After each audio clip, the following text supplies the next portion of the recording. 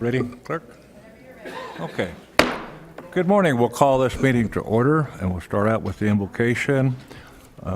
Supervisor Wakamoto and the Pledge of Allegiance. Supervisor Angus.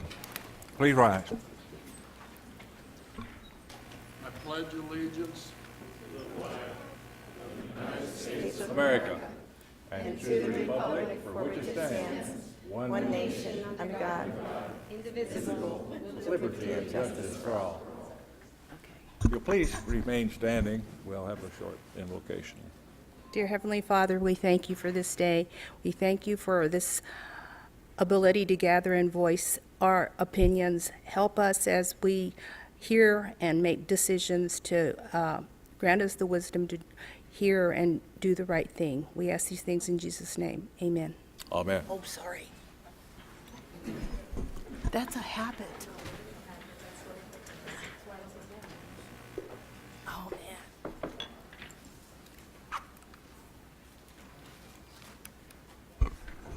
The Board of Supervisors may, by motion, recess into executive session to receive legal advice from the board's attorney on any item contained in the agenda pursuant to the Arizona Revised Statutes. This morning, Chair will be looking for a motion and call to action for an executive session to be held June 21, 2018 at 9 a.m. for the discussion consultation with legal counsel in accordance with the Arizona Revised Statutes. So We have a motion Second. and a second. Any further discussion? There being none, those in favor signify by saying aye. Aye. Aye. On to the official business to come before the board. Item number 1, discussion of pending or litigation claims. Mr. Esplin. Nothing to report to the board. Thank you. Committee or legislative reports? Supervisor Johnson, we'll start at your end. Thank you, Mr. Chairman. I had a Quad State meeting last week. We're getting all the counties to sign on to the RS 2477 legislation. It is out of the Senate now and in the House. We're still in search of an additional Democrat to sign on to it. Part of the problems we're having with at the federal level is we're not getting any directors appointed. Secretary Zinke said that he doesn't even believe the earliest might be 2019, and it might not even happen during this 4-year term. So that means that the deputy directors are running the board, and they can put acting directors in, which they have, but they're only allowed to be in for 90 days, so they're playing the swapping directors from one job to the other. So it's kind of a bad sign for us getting anything through the federal government. That's all, Mr. Chairman. Thank you, Supervisor Johnson. Supervisor Bishop. Thank you. You've been busy traveling. Tell us. I have been traveling, and it was an honor and a privilege to represent Mojave County at the WIR conference, where I spent some quality time with hundreds of leaders representing 15 of our western states. There were 12 county supervisors from Arizona that attended, including our newly elected president, Tommy Martin from Gila County. This event brought state, federal, and local leaders together to discuss issues confronting the western states. During the conference, leaders discussed public lands, economic development, along with practical land management. I established a good working relationship with the Deputy Director of External Affairs, Mr. Tim Williams, with the U.S. Department of Interior. I believe you and Supervisor Angus met him in Washington, D.C., and he was a breath of fresh air, and it was a pleasure meeting him and establishing that relationship. I was encouraged by the conversation I had with him regarding PILT, SRS, and BLM issues, so it was well worth the trip just for that alone. So then the final sessions of the conference explored issues of rural poverty and the opiate epidemic, and all in all, it was a very good and informative couple of days in Idaho. Very good. Thank you for sending me. Thank you. Supervisor Angus. I have nothing this morning. Supervisor Wakamoto. I have nothing this morning. I just have a brief report. In perusing the agenda for the Central Arizona Project meeting on Thursday, staff is indicating that they withdraw from the application of water transfer from the Mojave Valley. So that's very important to us. We're going to continue because it's not a closed deal yet. We just want to make sure that it continues to happen. So I want to report that. County Manager's report. No report today, Mr. Chairman. Thank you. Okay, item number 4, approve the May 7, 2018 board minutes. Motion to approve? Motion? And second. Those in favor signify by saying aye. Aye. And those opposed, motion carried. On to call to the public. Those wishing to address the board at the call to the public regarding matters not on the agenda must fill out and submit to the clerk a call to the public request to speak form. They're located in the back of the room and must be done prior to the meeting. Action taken as a result of the public comments will be limited to responding to criticism, referral to staff, or placing a matter on a future agenda. Comments are restricted to items not on the regular agenda, with the exception of the consent agenda, and must relate to matters within the jurisdiction of this board.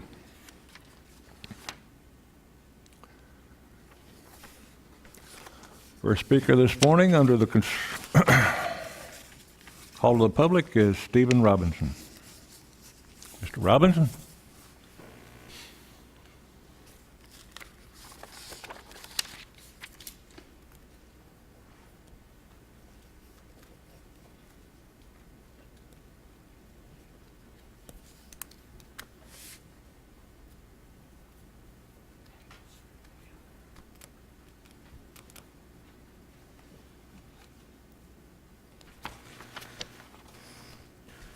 My name is Stephen Robinson, North La Osa Road in Golden Valley.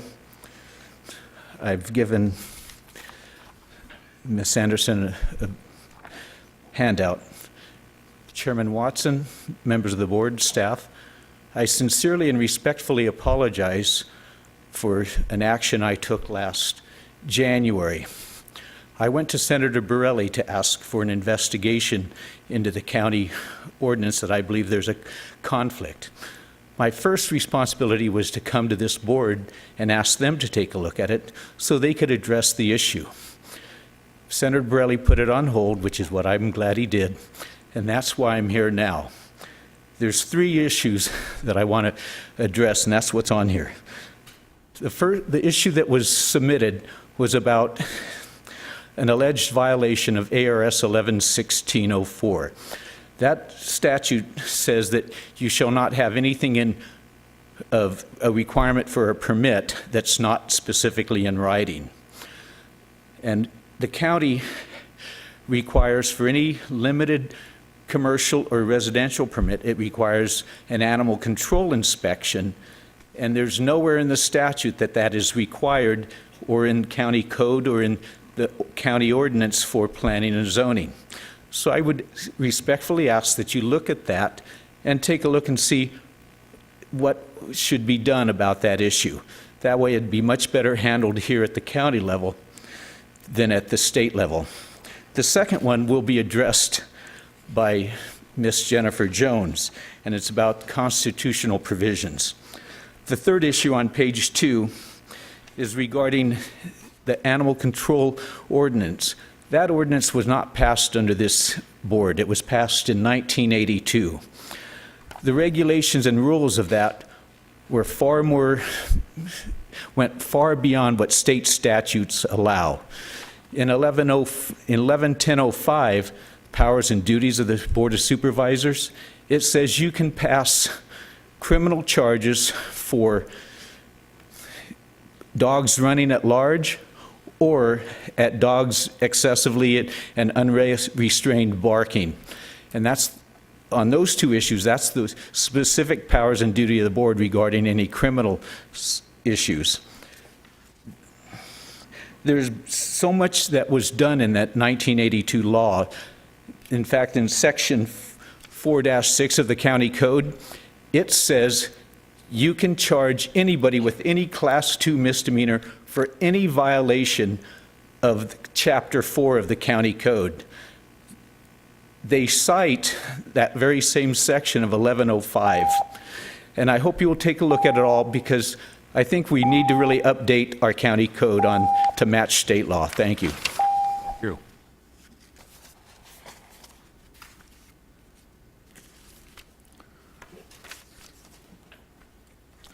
Ms. Espinosa?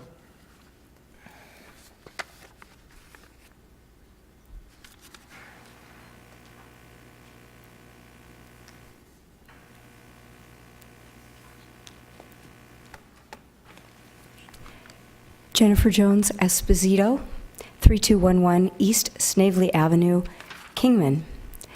I was pleasantly surprised this morning to run into Mr. Robinson in the lobby, because I had no idea that he had prepared such a comprehensive legal overview of the problems which the county is facing. But I am here today to put you on official notice that there are provisions within Code 4-3 which are blatantly unconstitutional, therefore illegal, therefore of no force and effect. I find it extremely disturbing that a prior board codified a blatant Fourth Amendment violation and granted powers to enforcement agents of this county, which they are specifically prohibited from having under the Arizona Constitution, the United States Constitution, and a rather large body of case law supporting that. Now, I'm doing this because once you're on notice, if you fail to take action, you could be held personally liable and executive privilege would not apply. So in good faith, I am offering today to help you rewrite your ordinance and bring it back before this board. Now, I realize that you may just ask Mr. Esplin for his legal opinion on that. I would advise that you ask the Attorney General. I have asked the Goldwater Institute, or at least my friend who works there, to weigh in on this. And the reason that I'm saying that I have very little faith in Mr. Esplin's opinion is that the matter of a Ms. Chevalier, something was brought before this board. Pictures were shown here at this meeting of a dog of hers that was injured, apparently in the custody of the county. Her case hinges on the constitutionality of Section 4-3 D through F. You know, you really need to protect the rights of the citizens, because it appears that there has been a pattern and practice of constitutional violation of inalienable rights of the citizens of this county. This was only brought to my attention rather recently, and you know, I want you to know that I'm very good at reading and writing the law. When it comes to criminal law, when it comes to statute, code, and ordinance, I have never, ever been wrong. And you say, well, that sounds absurd, that something could be on the books for so long and not be caught. But I would like to remind you that I'm the person that proved that La Paz County had been writing illegal tickets and collecting illegal monies in the town of Quartzsite for about a quarter of a century. I'm also the person who brought it to everyone's attention, and it was proven that Quartzsite had illegal ordinances in their town code. So I'm willing to bet everything on this roll of the dice that in this case I'm right and you're wrong. But I would hope, and you know, for your participation in the risk pool, that you would take decisive and clear action immediately. And I would also suggest that you have a staff meeting to address this. Thank you. Chairman Watson? Taking away the threats and all of that, I do have faith in Ryan Esplin, and I am going to ask that perhaps Mr. Esplin can take a look at these I don't know exactly the word I'm going to use, but take a look at our animal ordinances and the comments that were made, and can you bring back a report for us next meeting? At the next, could we do it a month from now? Okay, is that what you need, a month? Sure. Yeah, this is going to take Absolutely. me a little bit of time. A little more time? Yeah, thank you, Mr. Esplin. Thank you. Arthur Garnica.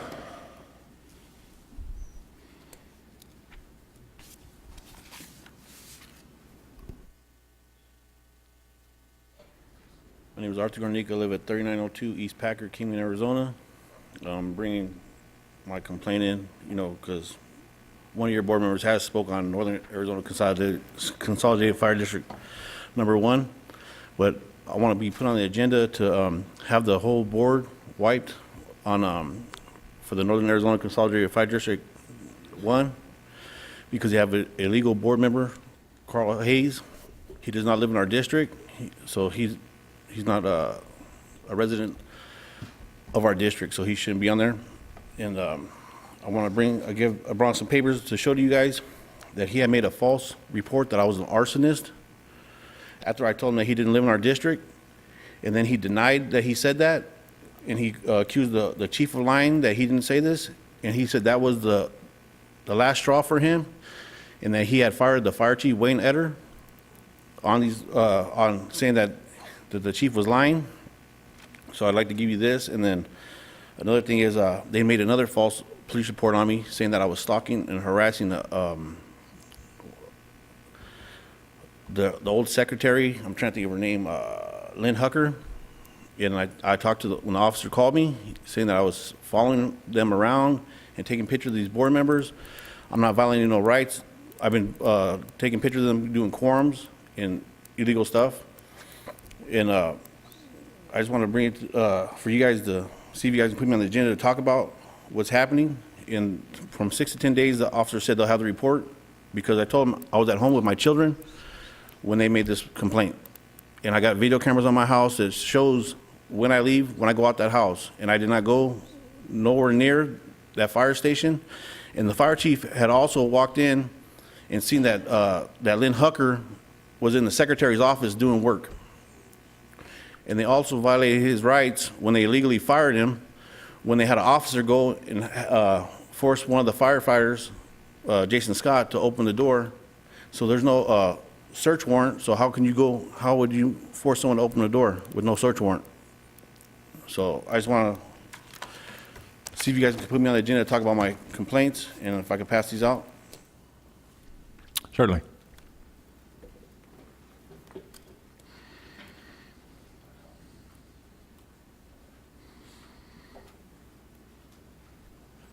And I really appreciate it if you would put me on the agenda to talk about this. Thank you, guys. Thank you.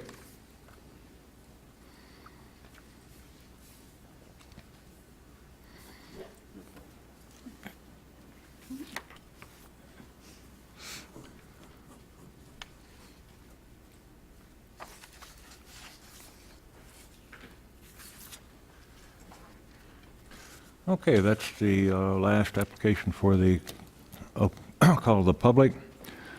On to the consent agenda. That's items 5 through 43. The following items listed under the consent agenda will be considered as a group and acted upon by one motion with no separate discussion of said items, unless the board member so requests.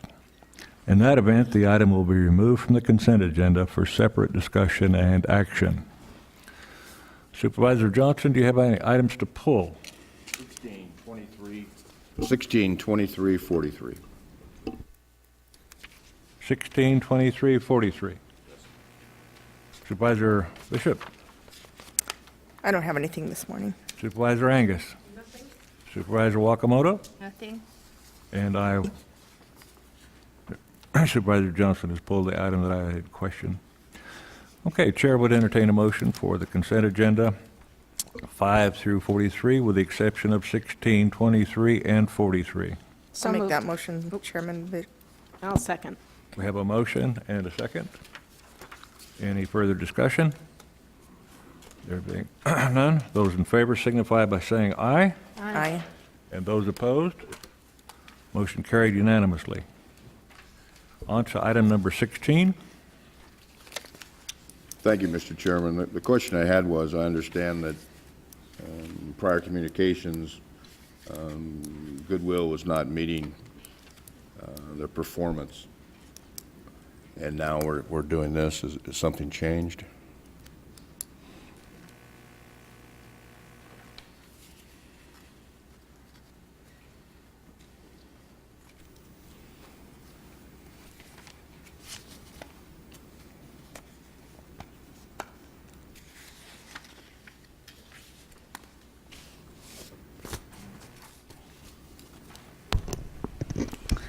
Good morning, Chairman Watson, members of the board. I'm here to answer any questions along with Dave Wolf as to the amendment extending the current contract with Goodwill.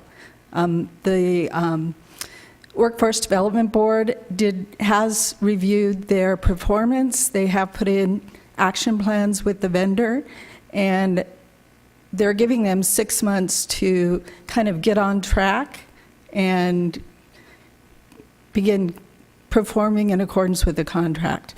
At that point, then they would review the work again and make a determination as to whether the contract would continue or what other steps we would need to take. Didn't they already give them one deadline that they didn't make?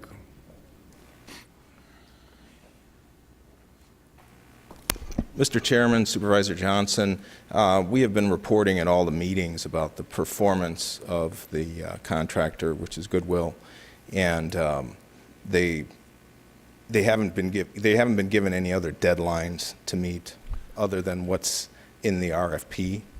So this would be the first action as far as potentially canceling their contract. Now, they have improved, they've gotten better, but they still are not performing.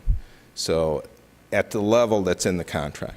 So this was the board's choice. They said we could give them a renewal, but then hold them accountable at the 6-month period, and if they weren't performing by that time, to cancel the contract.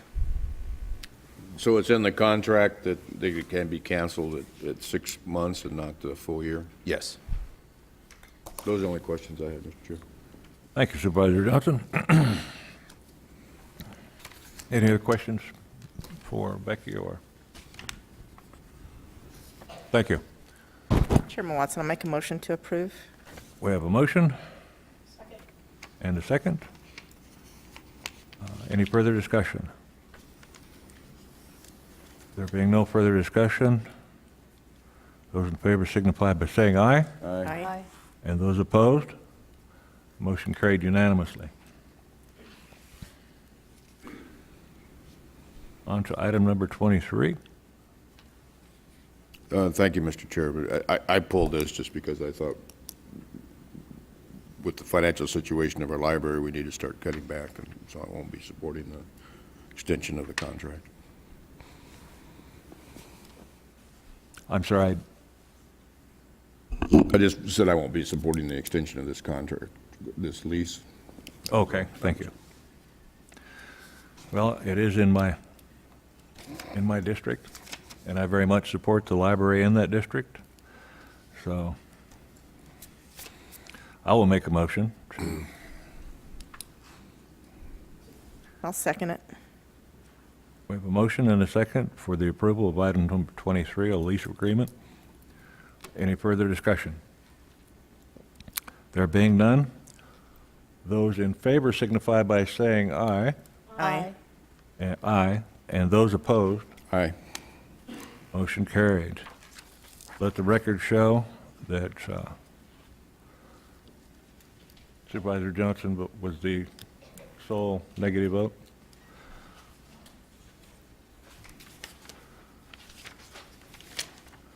On to item number 43. Thank you, Mr. Chairman. In the backup, this is it kind of reads like we're hiring somebody to work part-time for us in Colorado City, but at the same time, the contract is with Colorado City to give us a planning and zoning position up there. I see nothing about the background or the qualifications of the people to work for Colorado City. Obviously, I've had problems with the city of Colorado for a long time, and without having any kind of backup as to who they have working for them, I just don't support it. Okay. Probably a good time for me to add a little fill-in to that. But come on up, Tim, if you will. For quite some time, we've had a heck of a time getting our building inspector up there to satisfactorily please our customers up there, because we have to send Inspector up. He's got a heck of a large agenda to do in a short time to do it. But by providing this agreement with the City of Colorado City, it'll reduce our cost greatly. The gentleman that's interested in doing the inspections for us is the inspector for Colorado City. Actually, I've had discussions with that gentleman. His first name is Andy, and I had discussions with the mayor. So it seems logical for that distance that we try to cure that problem locally up there. Jim, do you have any items that you'd like to add to that?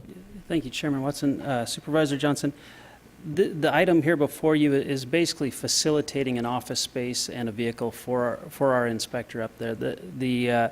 We've actually hired he's the building official for Colorado City, he's certified building official.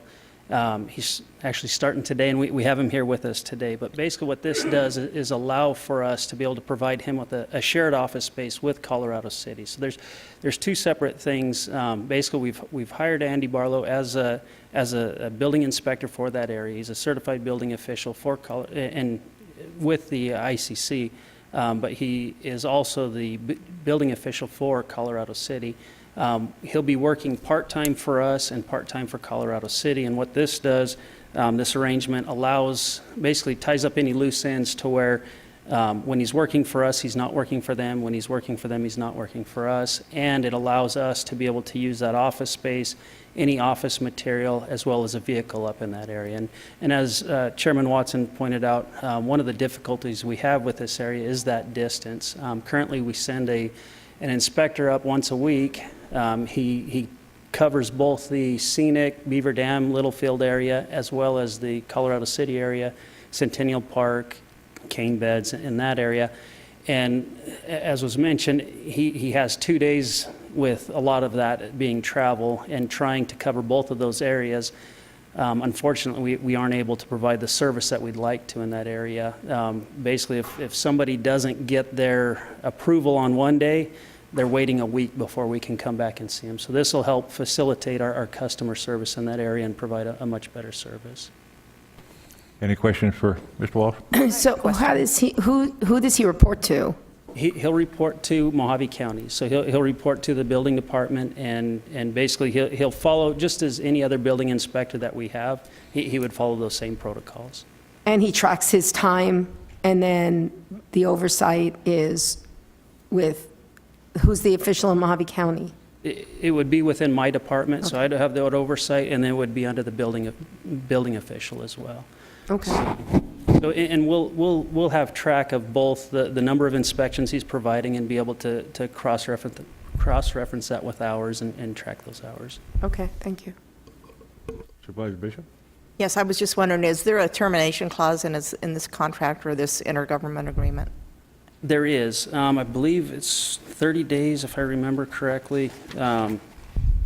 So we're hiring him as a temporary part-time employee. So that basically he'd be an at-will employee. As a temporary employee, we could end at any time. With the intergovernmental agreement, let's see, 30-day written notice allows the termination of the contract. Okay, great. That sounds like a win-win to me, and if it saves a couple days driving time, I don't see where we can lose on that then. If it doesn't work out, we can terminate with a 30-day notice, so you got my support. He'll have specific hours. Correct. The agreement allows up to 20 hours, and basically what we'll do is we'll take in the request for inspection and then coordinate with him on those inspections. Thank you. I have a couple other questions, Mr. Chairman. Supervisor Thank you. Johnson? To me, this seems confusing because you're renting space for $100 a month, I think, from the city of Colorado City, and you're also paying them 55 cents a mile. But yet, does he have a contract with the city of Colorado City to get this vehicle to charge us 55 cents? It seems really confusing to me. On one hand, you're saying, we have hired a temporary employee. On the other hand, you're saying, but we're renting office space and paying 55 cents a mile to the Colorado City. It seems like one of the strangest contracts I've seen. If I may, basically what this allows for, our alternative would be to provide him with a vehicle, basically send a vehicle up there to be used part-time, as well as provide an office space somewhere up in that area. So what we're able to do, where he currently works for the town of Colorado City, he'd be working part-time for them, part-time for us. Basically, it's an agreement between us and Colorado City on providing this office space for, in lack of a better term, a shared employee, as well as providing that, the vehicle use. So it saves us from having to facilitate another office location as well as another vehicle. And basically, in my opinion, it saves us the cost of those things by just using what's actually being used, and then the $100 a month for the building space. That's all, Mr. Chairman. Thank you, Supervisor Johnson. All right, Chair would entertain a motion for item number 43. I'll make the motion to approve item 43. We have a motion Second. and second for item number 43. Any further discussion? There being none, those in favor signify by saying aye. Aye. And those opposed? Aye. Motion carried. Please let the record show that Supervisor Johnson was the negative. On to the public hearings.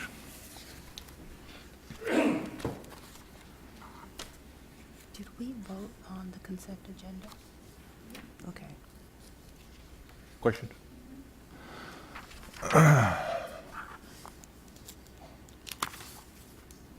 Item number 44, open the public hearing for the discussion of possible action for the adoption of Board Resolution 2018-049, the renewal of a special use permit on a special parcel number 306-03-250A and 205B for a dog breeding kennel in the agricultural residential zone in Golden Valley.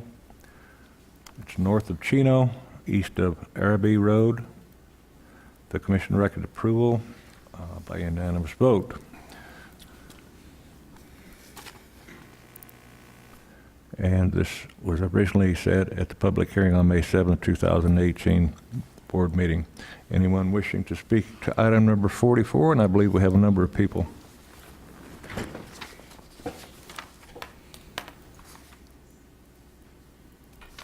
Signed up.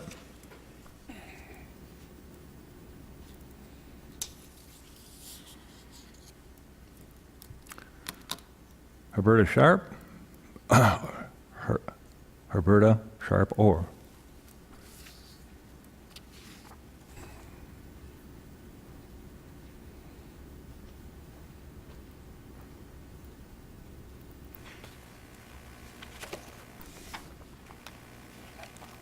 Good morning. My name is Bridget Herrera Sharp-Orr. My family has lived in Golden Valley for 23 and a half years. Whew, this is tough. In 2001, one of our children was diagnosed with autism. I knew the time would come when I would have to be with him all the time. This is how my kennel became. It took 3 long years, though. We needed another parcel to purchase, septic tank, concrete runs, and kennels made to a certain size. But after a lot of prayer and over $20,000, our prayers were answered, and we had our first planning and zoning approved in 2004, as well as we passed our first inspection for a kennel permit to operate.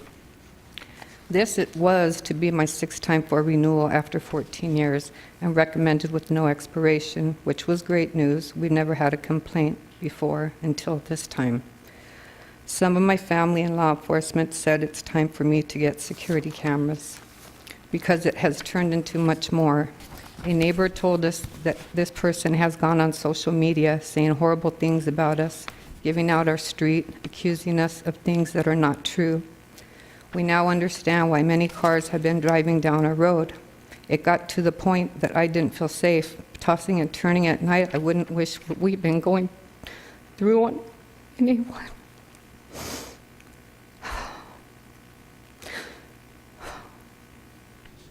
I'm not going It's okay if you'd like to. I'm not going to say what was said, But I just want to set the record straight, as many people have seen these posts, and I truly pray all of this stops, please. My kennel gets inspected every year, and every year I get my license to operate renewed. I have a very small kennel, but have been told on several occasions that mine is one of the nicer ones that they've seen. I did everything I was supposed to do, but may I finish? May I finish? I did everything I was supposed to do, but I did a few extra things like oversized houses, kiddie pools, windscreens around the top and sides, and a mister system.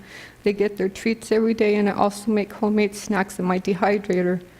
The little kennel is a blessing. I love it so much and thank God every day. My recent inspection was wonderful, no violations, and renewed my permit again for another year. If there are things asked that I needed to do, we did it, and I hope that I am approved as recommended with no expiration. For 14 years, I've been on time with my fees, packets, renewal, and never had any issues with my dogs. This is my life and helps provide for my family. And I have my copies here of my, I think I gave Bridget information. I don't know if you guys have seen it yet. I gave her a packet. Did you guys receive that? Okay, that is the inspection, and no violations. And this one is my renewed license to operate. Okay. Thank you. Question? I have questions. Supervisor Bishop? Yes, Friday I came out to your residence because it's routinely I like to look at things before I vote on them, and was approached and accosted by a very angry young man, and it forced me to leave the property for my own safety. What was that all about? Yeah, I tried to talk to you when you left. That's my husband, and we've been having cars ever since this man posted our street, coming and going by the bushes in our front yard. It's to the point now where we have to go out and say, what are you doing here? And then they'll leave real quick, you know. But I have kids, so I don't even let my kids go outside right now. You know, my husband watches me walk to the kennel, and then I text my kids and say, okay, I'm coming back, open the door. That's what it's gotten to. And I've been here almost 24 years, and the 17 years of my life to my kennel, I've never had any problems. I've always passed everything. It's so hard for me. It's very hard because this is my life. I'm sorry about the history that you've had, but to drive up in front of a residence, a couple females and a county car, and then be approached that way, it was just very shocking, and I did feel threatened. He didn't know who you were. Okay. You just said who you were. Can you tell me what kind of, how many dogs do you have, and what kind of dogs are they? I can have 15, but I have 14, so I have Pomeranians, and that's all I have. Yeah. Okay, that's all the questions I have. Thank you. Anybody else? Any further questions? Thank you. Thank you. Chairman Watson, when you close, have you closed the public hearing? We have 3 more people wanting to speak. Okay. Jennifer Jones Esposito.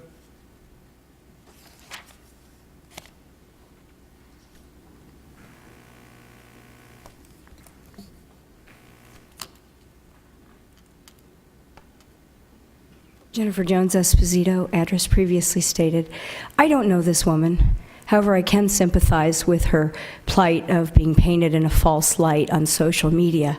As a candidate for the State House, I'm going through the same thing myself, with a lot of very, very false things being said about me or insinuated about me. You know, but as someone running for public office, that happens, fine. I can debate that. However, my reason for running for the State House is my experience in dog law. I spent 10 years for free volunteering as the Executive Director of Legislative Affairs for National Dog Registry. So reading, writing, and reviewing dog law around the country was what I did. I'm Excuse really me, good at it. Ms. Jones-Esposito, we're... Yes, I'm addressing the situation, Mr. Esplin. Board of Forestry Okay? to that. So given my extensive experience in this, I'm advocating for this woman's property rights, in that I believe that the county should act in good faith and give her the benefit of the doubt, given her history, and given the fact that, dogs, as much as those of us who consider them family, fall into a classification of property. They're essentially chattel. And when you grant permission to have a kennel, you're saying that we're giving you permission to do something that's otherwise illegal in the absence of that permission. And owning dogs is not illegal. Breeding dogs isn't actually illegal, and the state statute does classify a kennel as a facility with 20 dogs or more. I would also like to point out that dog breeding is regulated under the United States Department of Agriculture for those kennels, I believe, of 20 dogs or more, because dogs are agriculture, even though we consider them family. So I just want to say, under the circumstances and given the fact that the county should probably put its own house in order regarding its ordinances, I urge you in good faith to grant this woman's permit. Thank you. Thank you. Mr. Bruce Hopkins?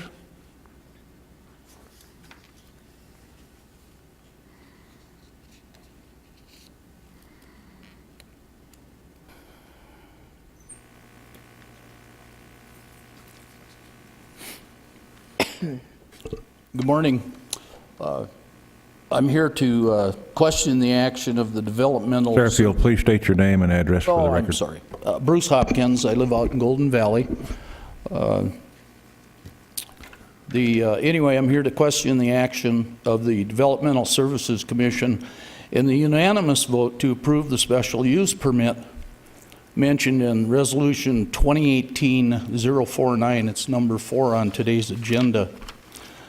Now, I have to say the operators have cleaned up this place quite a bit since I first spoke here. But just as a reminder, this is what the where'd it go? This is what the house looked like that they're calling a business, and these are a few of the things here, and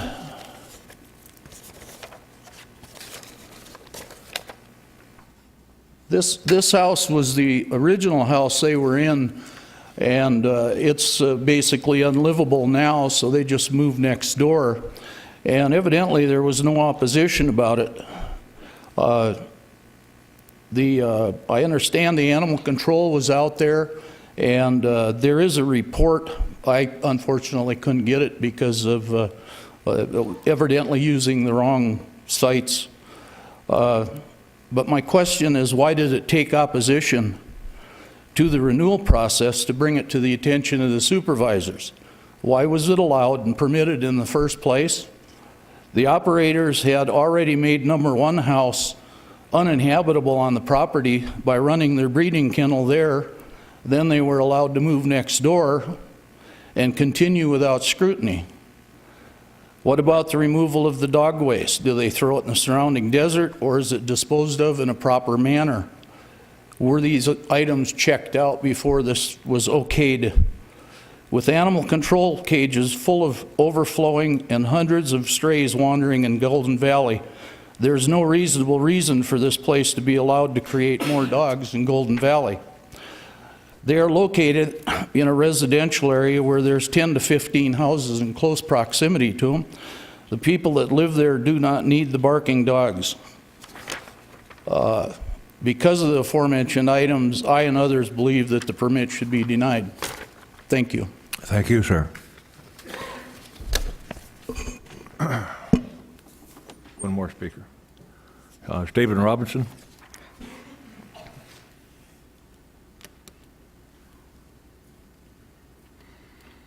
Stephen Robinson, Golden Valley. I believe that the permit holder has followed the rules for 14-plus years.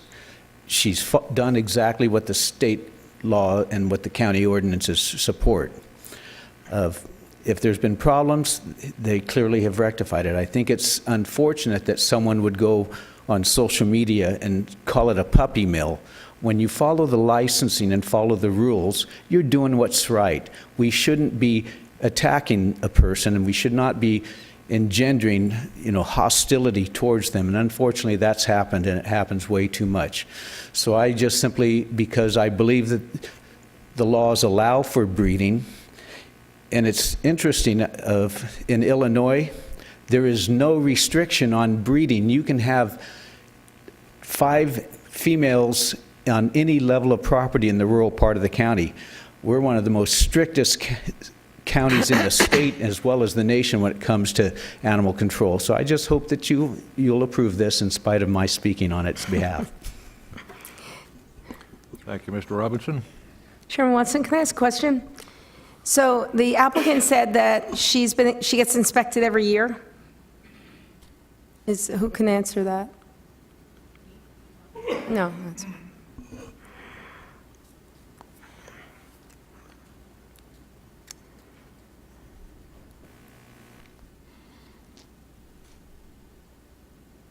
Mr. Chairman, members of the board, Supervisor Angus, Environmental Health will inspect a breeding kennel each year. They inspect to make sure the dog runs are made of the proper material, that dogs have access to water and food, that they're where they actually live and where they're allowed to basically go is clean. And so that's happened every year? According to the person, yes, and Okay. I believe that is the case. And up until this renewal, have there been any complaints? The permit or the permit that they're getting before the Board of Supervisors right now is a land use permit, not associated with environmental health activities. But we do ask about complaints if anybody's received any before we bring the requests to the Planning and Zoning Commission. We had not received any. No one that we contacted got back to us and said that they had received any either. Okay. That's it. Thank you. Okay, thank you. I have a question to Ms. Ballard. Certainly. Could it be that now we're getting more people living in that area? Maybe that's why we're getting, before she's been there a lot of years, maybe nobody was around her. Is that area growing up and getting more crowded? Or do you know? Mr. Chairman, members of the board, Supervisor Johnson, it could be that she has more neighbors now. I do not have any growth figures for that particular area. Thank you. Any further questions for Ms. Ballard? I believe that's it. Anyone else wishing to speak to item number 44 on this agenda? I'll close the public hearing.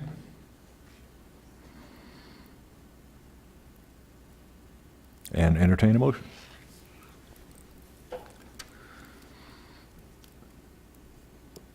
I make a motion that we approve item 44. We have a motion for the approval. Second the motion due to the fact that there has been no complaints prior to this, and she seems to have been doing what has been asked for her. Discussion? And a second. Further discussion. Chairman Watson? Although it appears that the applicant's been doing what she's supposed to be doing, I have a email here from Animal Control that says that they went out there and found that there were no rabies vaccination being given by a licensed veterinarian, and the kennels did appear to be acceptable, but there was also an adult dog that wasn't licensed. So apparently things aren't being done totally appropriate. So I would not be opposed in voting yes for this, but for a limited time to make sure that this goes forward in the proper manner. See, maybe look at it in 2 years again. Okay. Any further discussion? Okay. There being no further discussion, because of the new, Can I amend my motion then? certainly. If that is what Supervisor Bishop would like to do, then I'll amend that to approval with to come back in 2 years for a renewal. 2, Good. and we'll need an amended second. Ma'am? I have all my documents here for rabies vaccination, and I gave you guys a copy of everything on Friday, but I have them here if you'd like to look at them. I don't need to see them. Okay, thank you very much. Second to the amended motion. And we have an amended second, okay? Due to the new changes in the open meeting law, and I'm sure that everybody's perused that thoroughly, now under public hearings, I think probably to make it much easier for us to follow and for the clerk to be able to get the records correctly, for the next 15 or 20 items that we have, we'll do a roll call. And what that does is signify each person's vote for that particular one. And it's just a clarification for the open meeting law. Okay. Okay? So we have a motion and a second. There being no further discussion, if the clerk will. Supervisor Angus? Yes. Supervisor Johnson? Yes. Supervisor Bishop? Yes. Supervisor Wakamoto? Yes. And Chairman Watson? Yes. Motion passes unanimously. Thank you. Now we'll go on to open the public hearing for item number 45 for the adoption of Board Resolution 2018-062. And that's for the parcels numbers, the assessor's parcel number 306-22239 from agricultural residential 2-acre minimum lot size to agricultural residential to allow for a minor land division in the Golden Valley vicinity, north of Shinnerup, east of Dugas Road. Anyone wishing to speak to item number 45? Again, I'll repeat, anyone wishing to speak to 45? I'll close the public hearing. For item number 45, Chairman Watson, motion to approve. we have a motion Second. and a second for the approval of item number 45. Madam Clerk? Supervisor Angus? Yes. Supervisor Johnson? Supervisor Bishop? Yes. Supervisor Wakamoto? Yes. And Chairman Watson? Yes.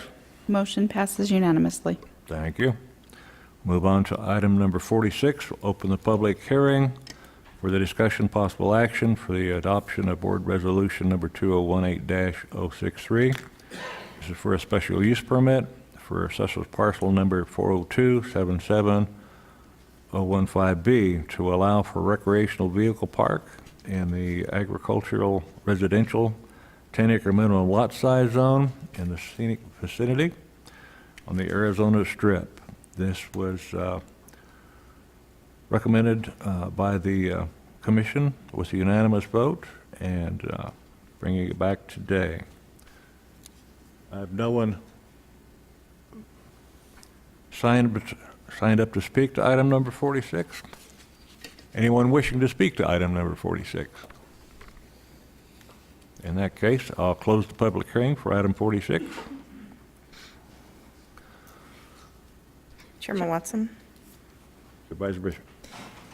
On my trip, my return trip from Idaho, I stopped by this location and spoke to some of the neighbors and the residents that lived there, and I see no reason whatsoever not to throw my support behind this. So I'll be voting yes on this, especially after sitting there and seeing there really is no reason to deny. Okay, thank you. Is that in the form of a motion? Yeah, I'll make a motion that we approve. I'll second. We have a motion and a second for the approval. Any further discussion? There being no further discussion, Madam Clerk? Supervisor Angus? Yes. Supervisor Johnson? Yes. Supervisor Bishop? Yes. Supervisor Wakamoto? Yes. Chairman Watson? Yes. Motion passes unanimously. Very good. On to item number 47. We'll open the public hearing for the discussion and possible action for the adoption of Board Resolution 2018-64, amendment to the South Mojave Valley Area Plan. This parcel number 224-25-001 from agricultural residential to general commercial land use designation in the Mojave Valley vicinity on Plantation Road, east of Riverfront Parkway.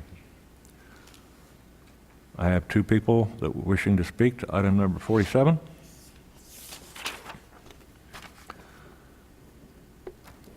Joe Herrero.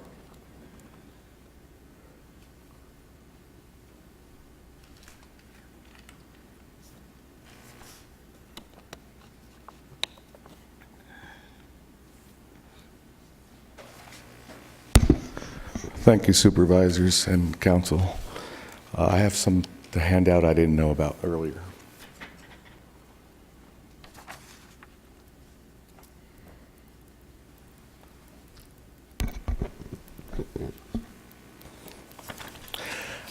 Actually, on this, we didn't recognize it when we walked in, but 47 and 48 are together on this.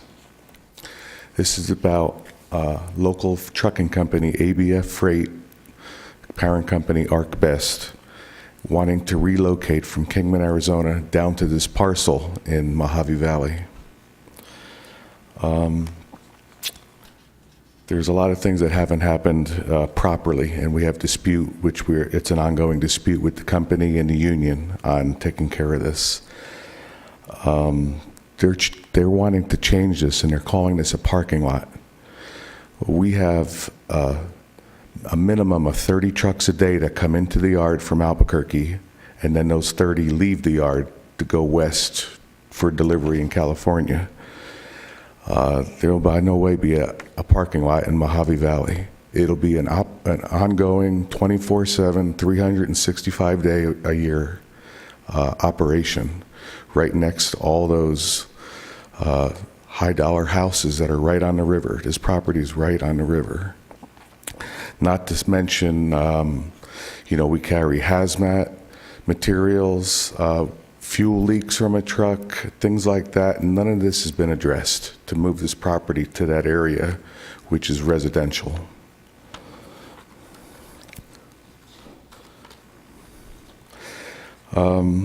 There's been a lot of things said by the company that are untrue, like for us to move to Mojave Valley, we only have to move 40 miles. None of the people that I work with have an airplane. It's 70 miles from Kingman to Mojave Valley. One of the things they say is a benefit of us moving that far is it increase turns and allow drivers to be home with their family. Well, now if we do turns are a 12 to 14 hour trip every day, and plus an hour commute each way. That's not safe for a guy to get his proper sleep, visit with his family, do his responsibilities, and then disappear for 16 hours. So based on all of that, and there are some more that my colleague will fill you in on, we ask that you turn this down outright, or at the very least postpone it until some of our grievances are aired out, which could put this to an end anyway. If there's any questions, or... Any question? Did you speak when it was at planning and zoning? Did you air your grievances when it was heard at planning and zoning? This is what we thought it was, planning and zoning. This is the first information we have on this change, was for here today. You weren't notified of when it went before the Planning and Zoning Commission? No, that's what we thought this was. They don't live there, they're employees. We live in Kingman. Mm-hmm.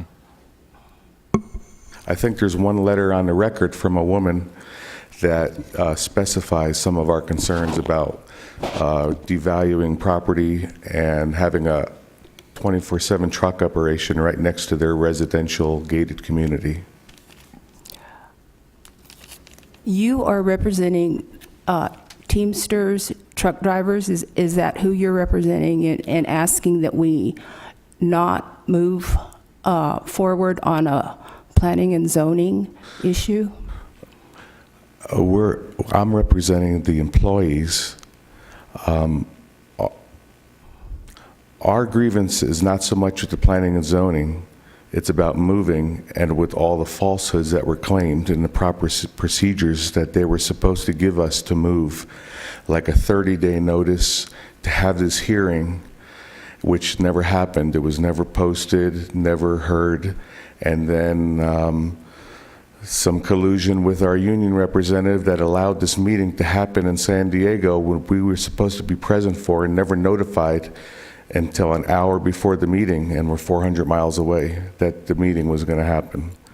So your grievance is with your employer and moving the business? Our grievance is with all the lies that they're showing, or that they're putting out, which you were part of it by some of the things that they're claiming, like it'll be a truck parking lot. This will by no means be a parking lot. This will be a 24/7 operation like a truck stop. They'll be coming in and going out all day, every weekend, every holiday. That's the way we work. We're a 7-day operation. But your grievance is still with your employer, correct? That's a part of it. Okay, thank you. Thank you. Thank you. Mr. Herrera? Chairman Watson, if I could just interject. Also, I would ask that the speaker pertain only to the land use that's on here. As Supervisor Wakimoto pointed out, this is not to address any grievances that you have with your employer. It's really to address this particular issue that's before the board. We're on 47, amendment to the South Mojave Valley Area Plan for this particular land use. If you can keep your issues to that rather than anything else related to any disputes you may have with your employer. Okay. Thank you. Good morning. Rick Pereira, 3362 Motherlode Road, Kingman, Arizona. I would just like to address the property that is on the corner of Plantation and Riverview Road. To travel in there, as truck drivers, we'd have to come through the agricultural check station in Needles, California. Upon doing so, we'd have to exit J Street, go through the city of Needles, up and over the bridge over the river, make a right-hand turn on, I don't recall the street, but these are narrow roads, no shoulders. The roads are already in poor shape. Now you're going to put another 40 to 60 trucks daily into this community. If I was an owner in that area, which I don't know if they were properly notified, I can't say that, but I would ask you, would you want 40 to 60 trucks traveling through your neighborhood on a daily basis? That's all I can say. Thank you. Thank you, Mr. Herrera.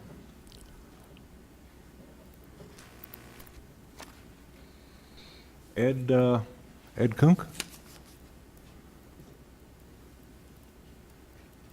Good morning, Chairman Watson and Supervisors. I'm speaking as a private citizen that lives down the street from this location. One of the reasons I Can you purchased... give us your address? 10744 South Calmwater Bay, Mojave Valley. Thank you. The property that they're looking to turn into this truck stop is truly not conducive for the neighborhood. If they leave their reefer trucks running, that noise will travel right down Riverfront Road, right to the houses that are along the river and Marina Coves. From what I heard, they'll be transferring drivers back and forth to the hotel over in Needles to spend their layover time, so it'll just be a constant turnover of trucks. And I think that's going to really reduce the value of our neighborhood. I've spoken to the owner of the remaining lots in Marina Coves, has at least a couple hundred lots left. He planned to be here, but he was in an auto accident last week and didn't get out of the hospital till Friday, so he was unable to attend, and he's opposed to this as well. I think it'd be a poor decision to approve this rezone. And I put in a card for 48 as well, but same things stand for that one. I oppose the project. Thank you very much. That's all the people that I have signed up to speak to 47. Anyone else wishing to speak to item number 47? Please.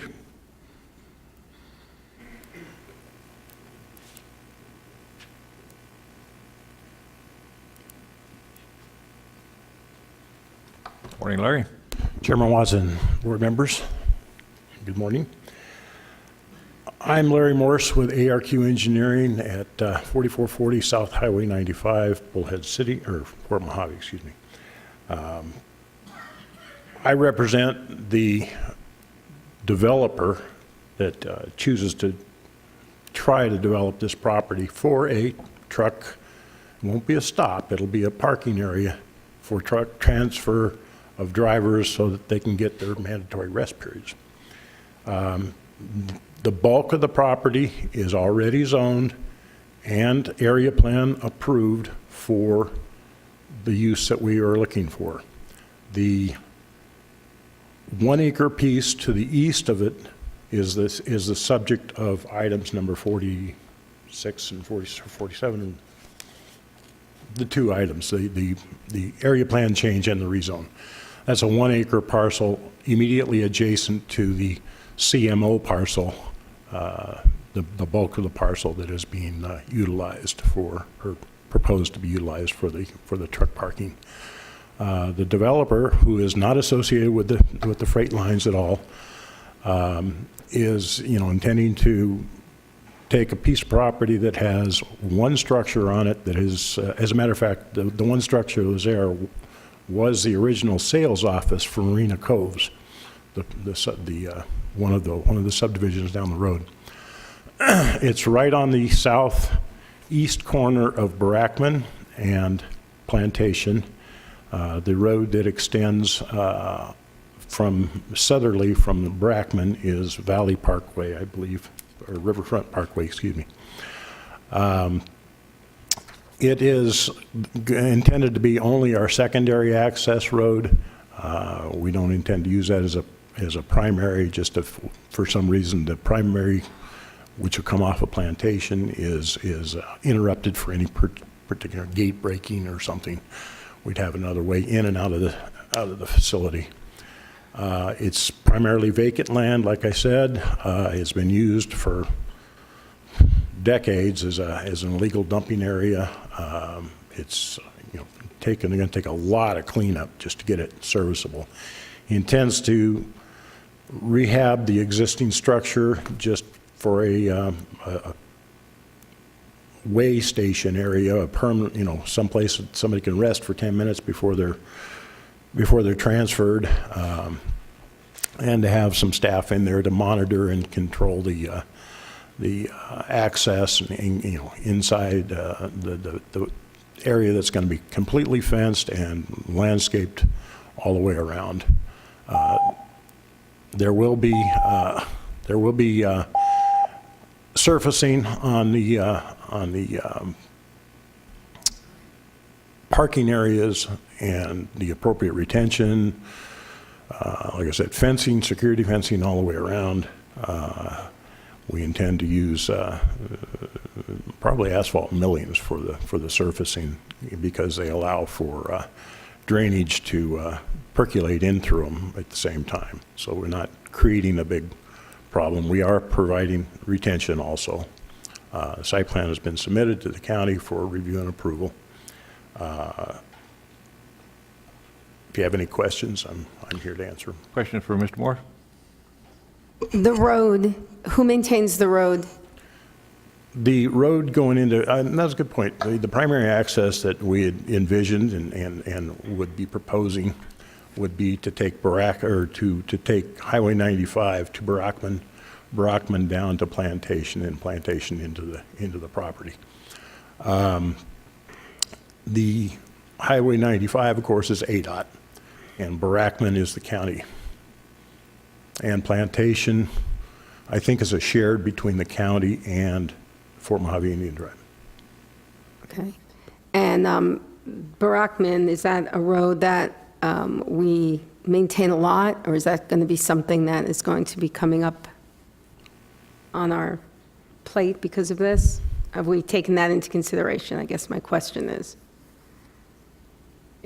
I believe it used to be the road that people took to cross over to Highway 95 now curves.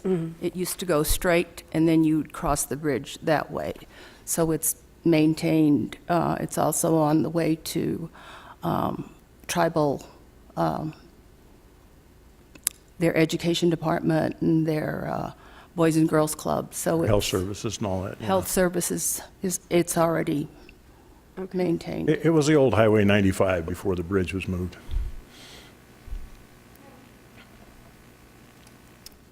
I do have a question Supervisor Bishop. along the lines of the roads as well. Your trucks would be coming off from Interstate 40, I assume? Yes.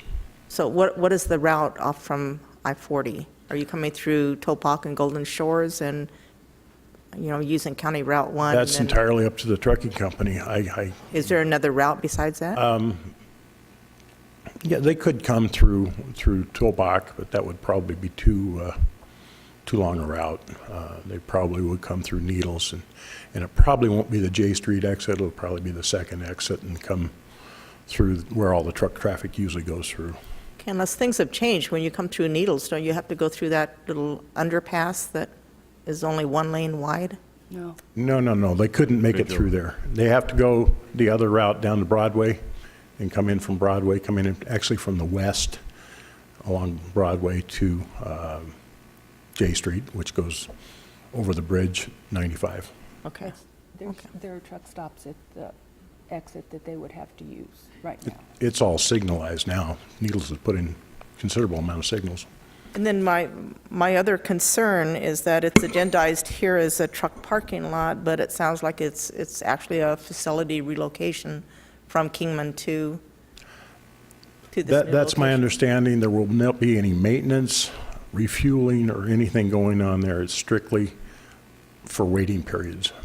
And then to the comply with. one gentleman that spoke about the reefers running, and that's a valid concern of mine too, because a lot of those trucks are refrigerated and they will be parked there with the reefers running. And I can see where if you lived in that area, that noise could carry quite a distance. There is one residence within 300 feet. There was no objection from that residence. The rest of them are well over 300 feet from the, as a matter of fact, Marina Coves is 2,500 feet from the location. Do you know how far that noise travels? I believe most of the criteria is 50 decibels at 300 feet from the property line, if you would. That's typically the standard that's used, and we're talking at about 30 decibels right now. I would think it would carry further than that. But Well, it depends on the temperature, it depends on the amount of humidity, it depends on And the the time of wind day, blowing. I'm sure at midnight it carries a little bit further. And it's quiet, yeah. Could I have Tim Walsh? Supervisor Yes. Wakamoto? Sure. Thank you, Mr. Moore.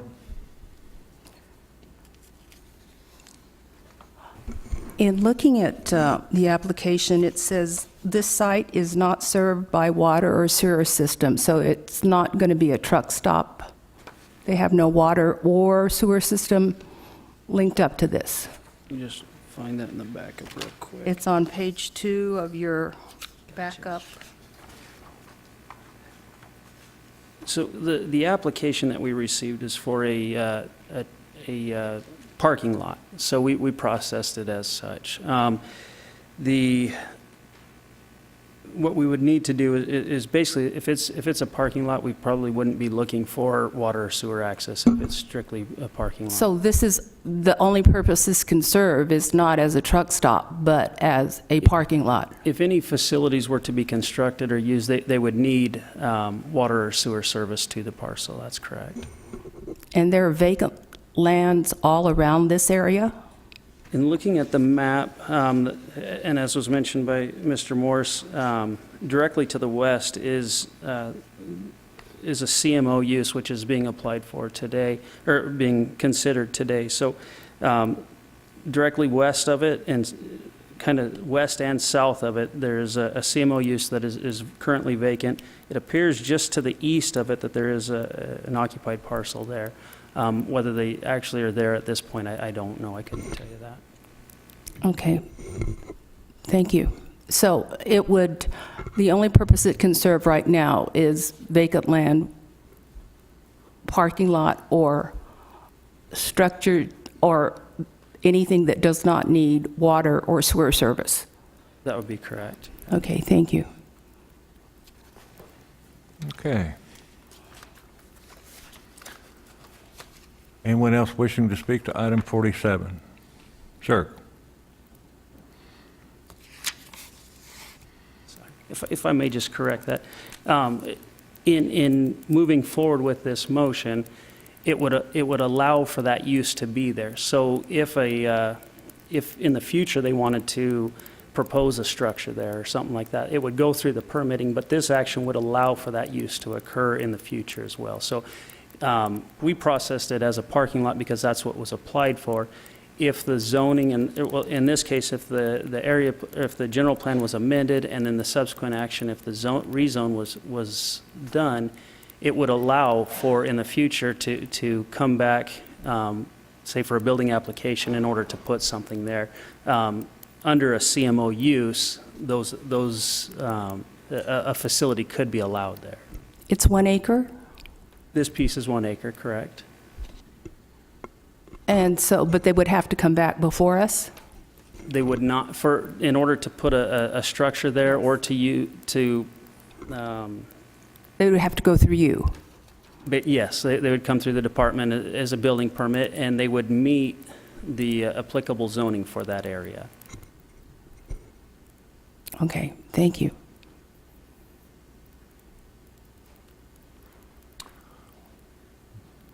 Mr. Morris?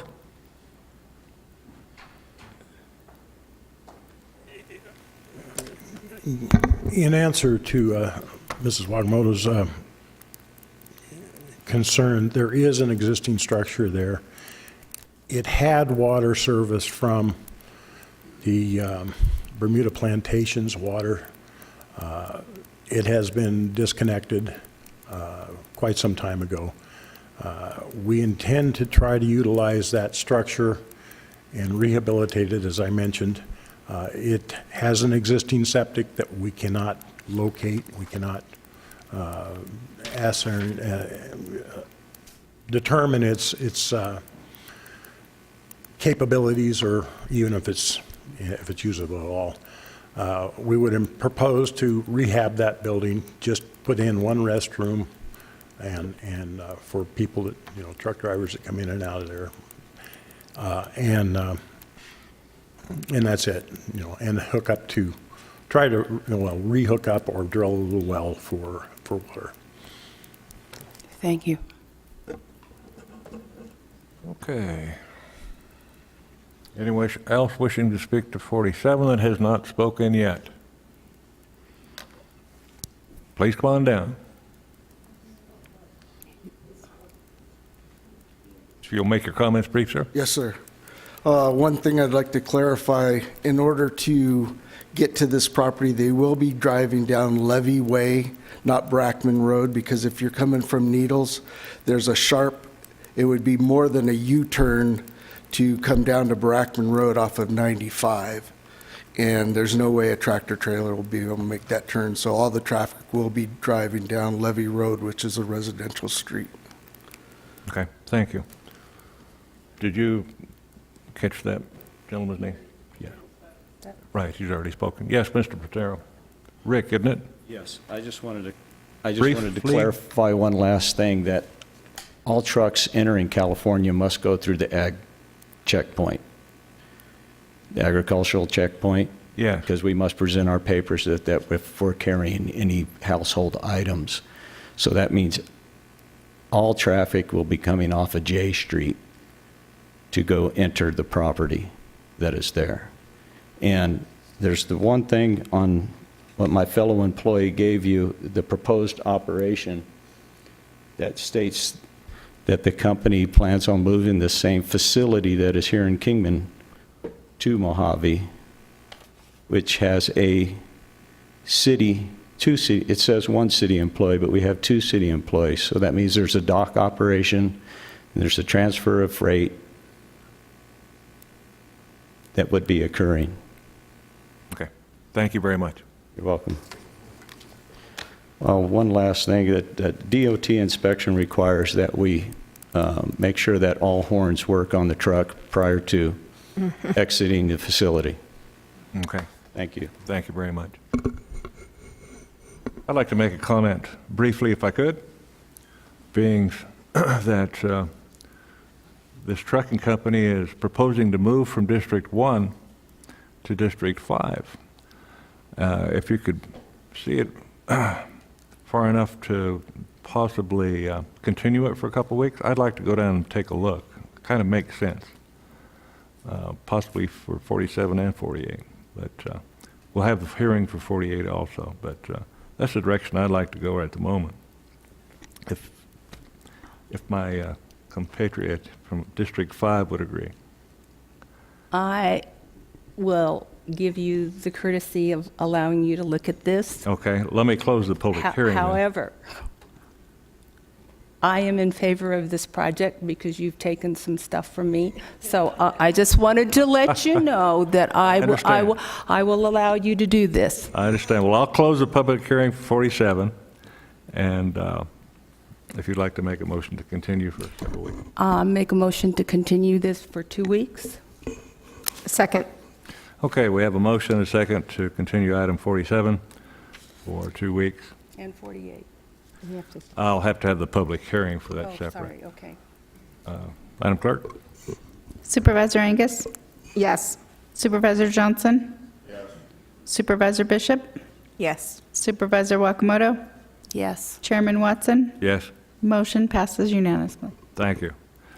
Now we'll open the public hearing for item number 48, discussion, possible action for the adoption of Board Resolution 2018-65 for the rezone of that property. I have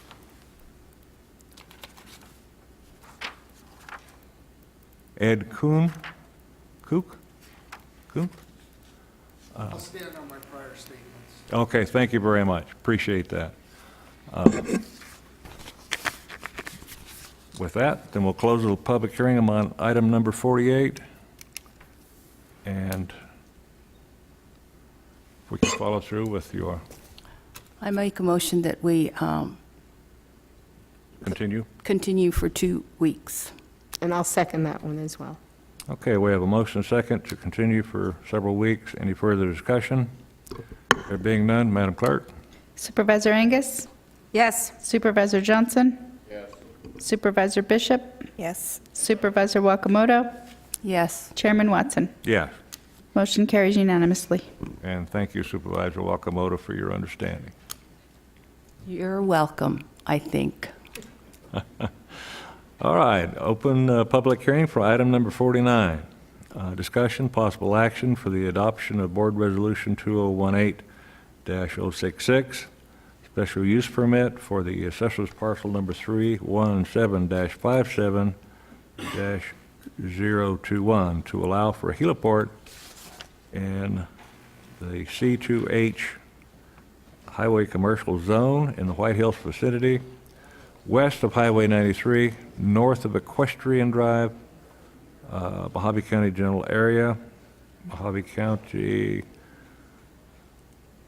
Planning and Zoning Commission recommended approval by a vote of 5-1, with Meal and Abbott abstaining. I have one person wishing to speak to item number 49?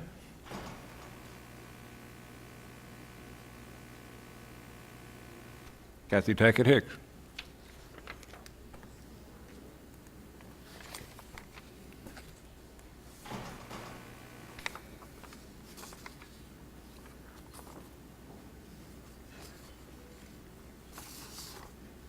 Good morning, Honorable Chairman, Supervisors. My name is Kathy Tackett Hicks, and I'm acting as the owner's agent.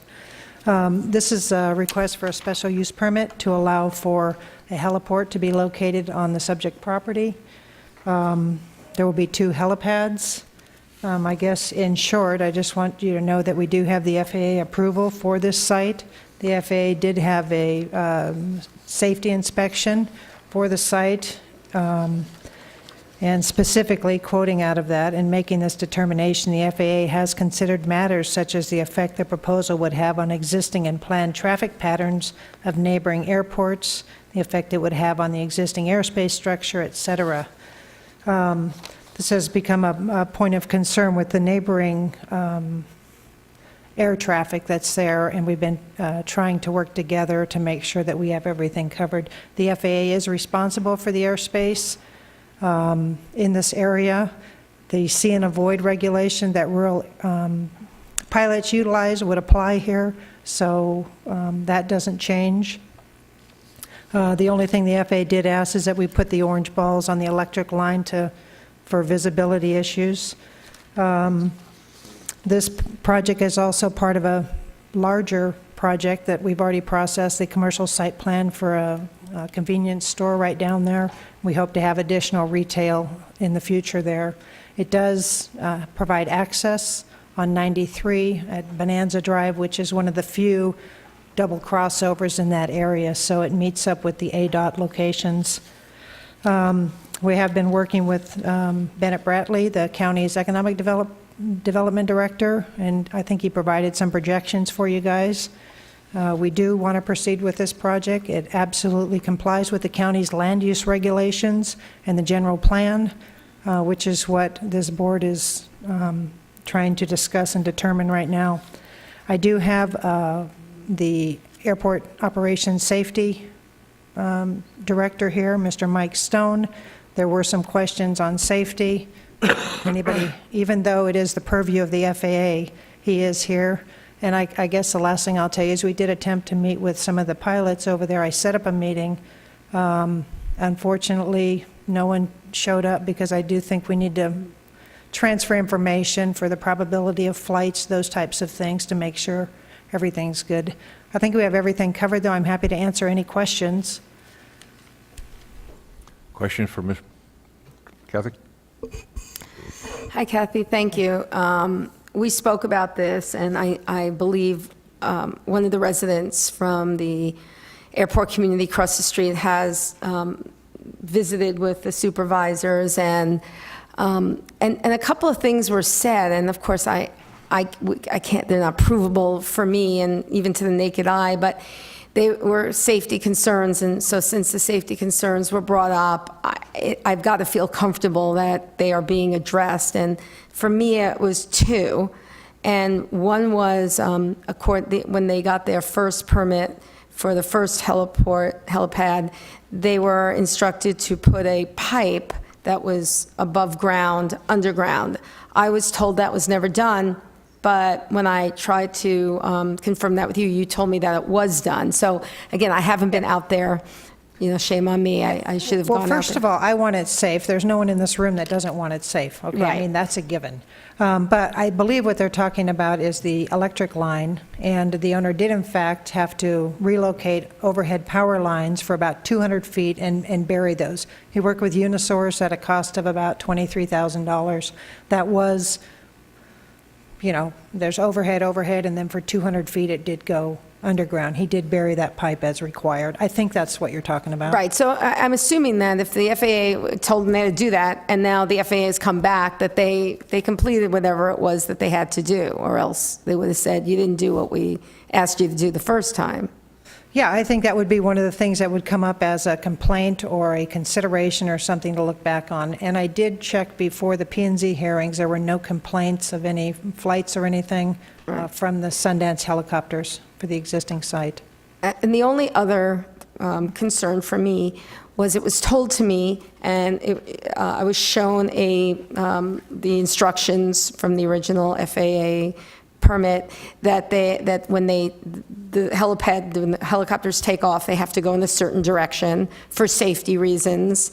And the accusation was that they were not. They were taking a route that was a shorter route to their destination, and that was the safety issue going into the residents' airspace. Again, I don't know how that can be enforced. I don't know who enforces it, but that was a big concern for me. Yeah, I think all the flight patterns and stuff is governed by the FAA. I have heard that same item. I have spoken with Sundance, who is the exclusive provider for this, and like I say, the gentleman is here, he could probably answer more eloquently. But sometimes when they have, wind issues, they have, adjusted that. But I think there's a consideration of what is safe and what is, strictly within the flight pattern. I mean, as a non-pilot, I would think that you want to stay in the flight pattern as much as you can. I mean, that only makes sense in terms of probability and stuff. I think it's essential that what we tried to do before happened, that Sundance helicopter meet with some of these other pilots over there and provide information and specific contact information and those types of things, and probable flight patterns and everything like that to keep it as clean as we can. The FAA is responsible for that, though, I believe. So any safety issues, I think their answer is to go to the FAA and file a complaint. That's my understanding. Yeah, and I would hope that meeting between the two communities really happens. I'm surprised it hasn't, and I don't know why, but it would seem in the best interest of everybody around there that should happen. Yeah, I was disappointed. Thank you. Any further questions for Ms. Hicks? Supervisor yes. Wakamoto? I looked at the paperwork you gave me, and you showed me the flight patterns, and there was minimal crossover if the flights took the patterns that they were supposed to take, and the possibility was 2 miles out, I believe we looked at, if at all. But you, according to you, you're supposed to be watching for these things, but the flight patterns in terms of safety were set up so that there would be different paths so they didn't cross. Yeah, let me clarify a little bit. On the existing site, what I indicated was that on that flight pattern, I believe the Director of Operation told me it was about 2 miles north of that where there is, where their Triangle Air Park's coming in and there would be a crossing. So what they follow is a see and avoid protocol where you're always looking in the areas and seeing what's out there, and that, if you see something oncoming, you wait or whatever. So it's see and avoid. What we have now, and we need to be clear on, is on the new site, we have some departing and arriving flight patterns. We have the electric lines that are right there, and the Triangle Air Park has an alternative runway, which is just a dirt one, but they do have the ability to use that, that there's proper coordination with that. I think that's the issue that we really need to get together on and go through. But the FAA did look at it and said, in terms of safety, yes, this site can work. There's nothing crazy. We just need to make sure that that communication is there. Thank you. Yeah. Any further questions for Ms. Hicks? Yeah, just have a comment. I met with you and the representative from the company, and after you left that afternoon, I met with a pilot representing Triangle Air Park, Mr. Dreyer, and while he was in my office, I called up Jared Raymond, who wrote this letter of approval from the FAA out of Phoenix. And he assured me that the location had been inspected by the FSNO out of Las Vegas, and that they, actually had done their due diligence and determined that there was safe operations available.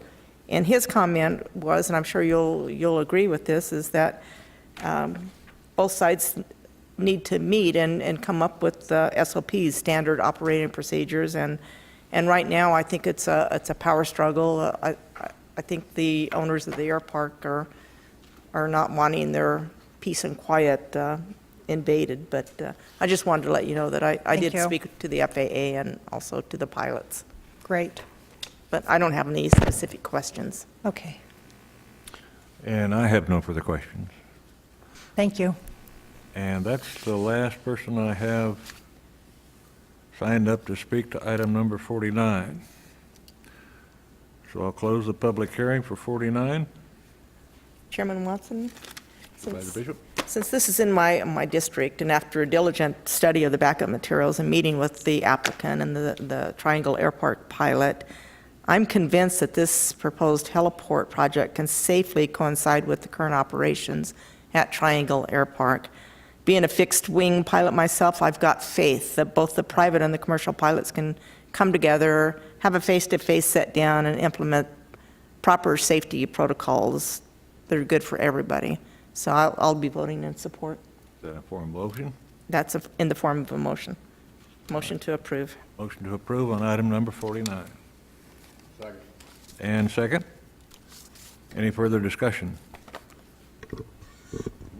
There being none, Madam Clerk? Supervisor Angus? Aye. Supervisor Johnson? Yes. Supervisor Bishop? Yes. Supervisor Wakamoto? Yes. Chairman Watson? Yes. Motion carries unanimously. Okay, item number 50 has been pulled. On to item number 51. That's under the regular agenda.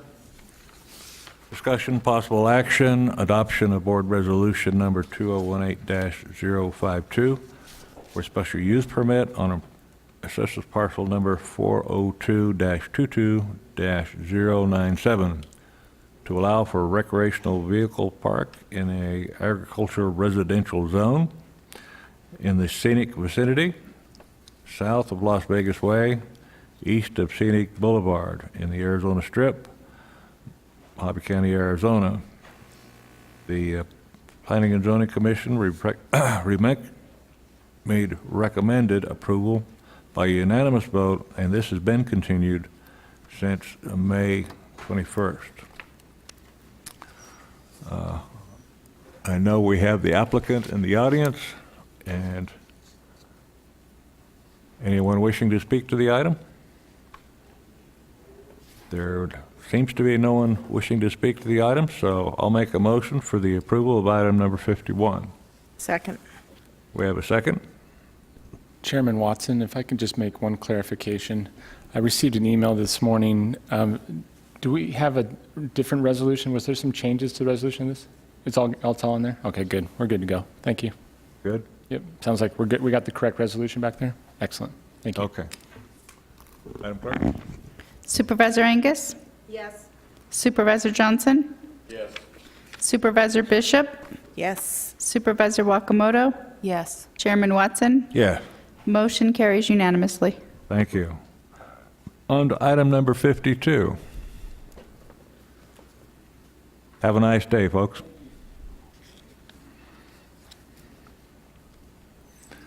Discussion, possible action, acknowledge the receipt and refer to the Public Works a petition filed pursuant to Mojave County Ordinance 2016-09 to have included in the Mojave County Tertiary Road Maintenance Program approximately 1 mile section of North Logan Drive from East Grossman Road to East Pate Drive located in the Kingman Airport area. And we have Mr. Lutowski.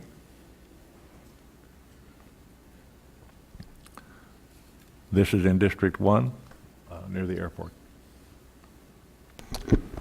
Good morning, Chairman Watson, members of the board.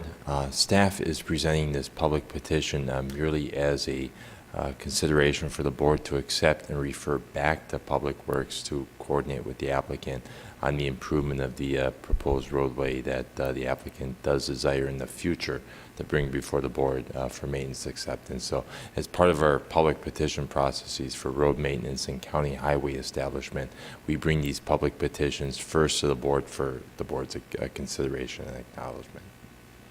Thank you, Mr. Letowski. Any questions from Mr. Letowski? There being no questions, I'll make a motion for the approval of item 52. Second. And we have a second?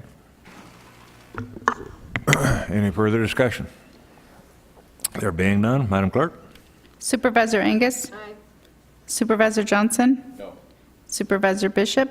Yes. Supervisor Wakamoto? Yes. Chairman Watson? Yes. Motion carries 4-1 with Supervisor Johnson voting no. Thank you. Item number 53, the adoption of Board Resolution 2018-067 to accept the roads within the Valley View at Sunrise Hills Tract 4201-B for the purpose of inclusion into Mojave County's regular road maintenance system. This is located in the Fort Mojave area. Mr. Letowski, you want to give us a little brief on that?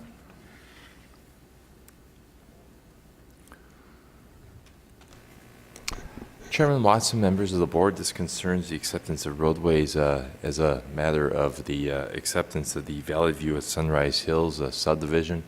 Arizona Revised Statutes, Chapter 11, Section 822, sets forth that the county shall accept those roadways that have been improved to county standards within a subdivision, and as a result, we have found that through our inspections and coordination with the engineer of record that these roadways have been constructed to county standards.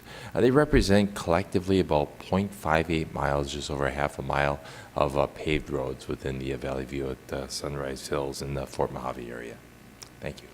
Thank you, sir. Any questions for Mr. Letowski? Okay. Supervisor Wakamoto, I believe this might be in your district. This is in my district.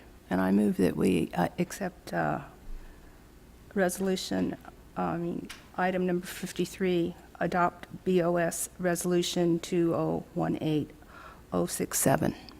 Second. We have a motion and a second for the adoption of item 53. Any further discussion? There being none, Madam Clerk? Supervisor Angus? Yes. Supervisor Johnson? No. Supervisor Bishop? Yes. Supervisor Wakamoto? Yes. Chairman Watson? Yes. Motion carried 4-1 with Supervisor Johnson voting no. Thank you. Item 54 has been pulled. Item 55, discussion, possible action relating to the Wallapai Mountain Park interim and permanent staffing plan for the park administration and law enforcement services. I have one person signed to speak up to that item. I'll go ahead and invite Amanda Kaufman down to speak.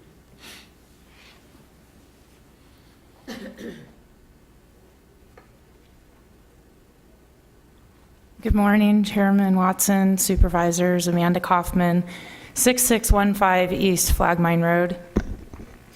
Thank you for putting this on the agenda. There's two items, they kind of a little bit overlap today. I'm just going to throw this up here. I don't know which way it needs to go, and I don't know if it'll show up, but this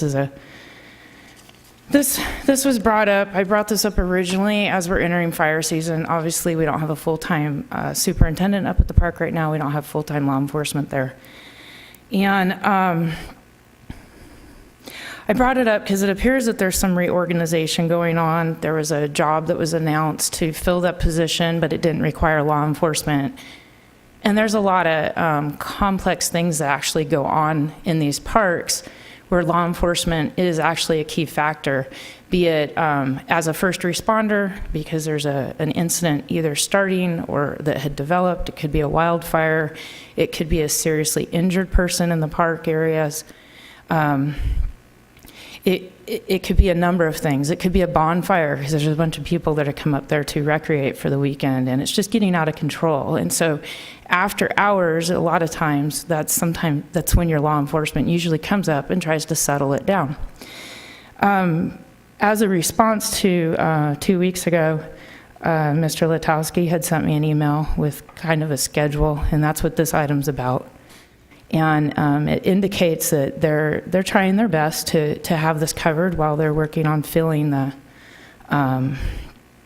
vacancies. But I don't think it's enough in the interim. I understand we have 2 law enforcement positions that are currently down at Davis Park, and maybe we should bring one of those up full-time. I mean, 7 days a week until we do get this filled.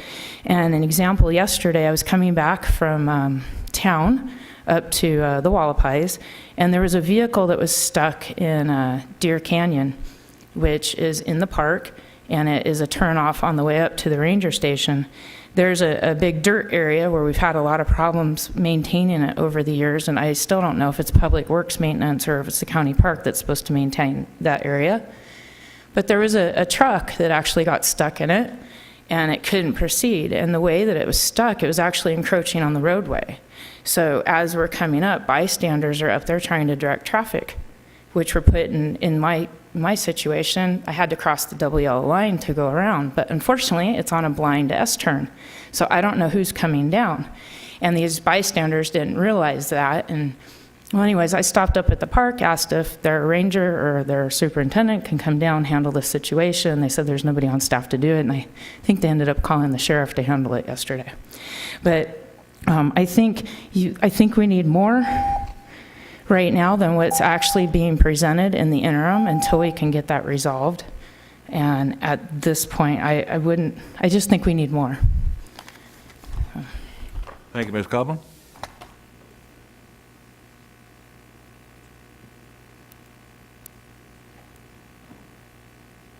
Do we need action on item 55? Mr. Aspen? I don't see that any action needs to be taken. I think it was a discussion about it. I think more of the action is going to be taking place on 56. That's the way I read it. That's my thing. That's the way I see it. Yeah. But I just want to check with you to make sure. Yeah, I agree. Okay? Then item 55 would normally die from lack of a motion then. On to item 56, discussion, possible action, approve the Public Works Department organizational redesign within Mojave County Parks through the hiring of a park ranger, position number 201-809, and eliminating vacant authorized position number 1176, facility grounds worker, until further notice, and authorize the Board of Supervisors to improve customer service and operations efficiency through the park superintendent delivering on all aspects of hospitality and lodging, and the park ranger leading the public safety and facility maintenance services at an estimated $9,776 annual personnel expense to the impact of Fund Number 216, the Parks Department. We have Amanda Kaufman wishing to speak again.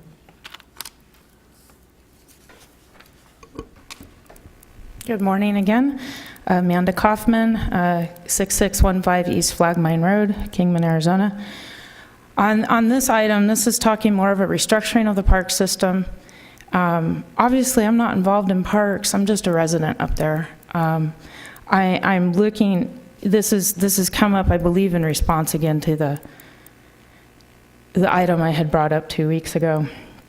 And the more that I'm looking at what's being proposed, they're taking the LE out of the superintendent. They are creating a park ranger position that would be responsible for law enforcement and basically cleaning trash, emptying trash and stuff. And this new position where they want to put the law enforcement, or where they're proposing to put the law enforcement, is at the rate of $18.56 an hour. And I don't know one post-certified position that you're going to get in there for that range. It's such a low rate to have a post-certified position. And then the more that I get involved in this, and the more that I look at what's going on, one of the comments that Mr. Letowski had made in his email was that they have a problem filling the position with a post-certified candidate because they don't have any hospitality experience. But I don't know one law enforcement, or at least one successful law enforcement person out there that doesn't understand hospitality. I mean, their job out there is to calm the situation and handle what's going on. So I think there's some misunderstanding, and honestly, law enforcement at Public Works, why, maybe the law enforcement agency for the county should be handling this.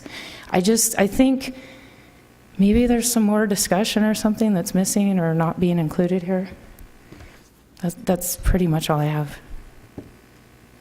Thank you, Ms. Dodson. I see the sheriff is positioning himself. Please come forward, Sheriff.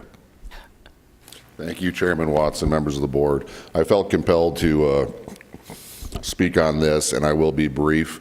I'm a little concerned as the sheriff and chief law enforcement officer of this county. When it relates to law enforcement function in the county, I would like to think that I would be brought into the conversation.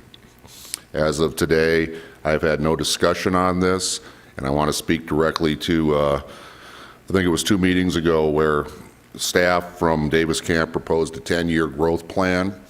Okay, Davis Camp has 2 law enforcement officers, I understand, yet Mojave County Sheriff's Office services the calls in that particular area, and I simply don't have the staffing to do it. So it's probably a good thing that this has come to light. I think it's important before we move further down the line on this item or any associate item that we have a roundtable to ensure that we're providing appropriate law enforcement and public safety service in our parks and ensuring that the appropriate department has control over that law enforcement need.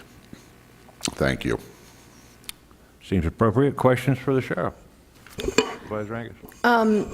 Yeah, and I'm surprised too that you weren't brought into this before. I think this whole thing was in response to Ms. Kaufman came up here last meeting and told the tale of the problems up there, and so I just asked for it to be looked at by staff, and I'm thinking that this was just a kind of a quick knee-jerk reaction to it.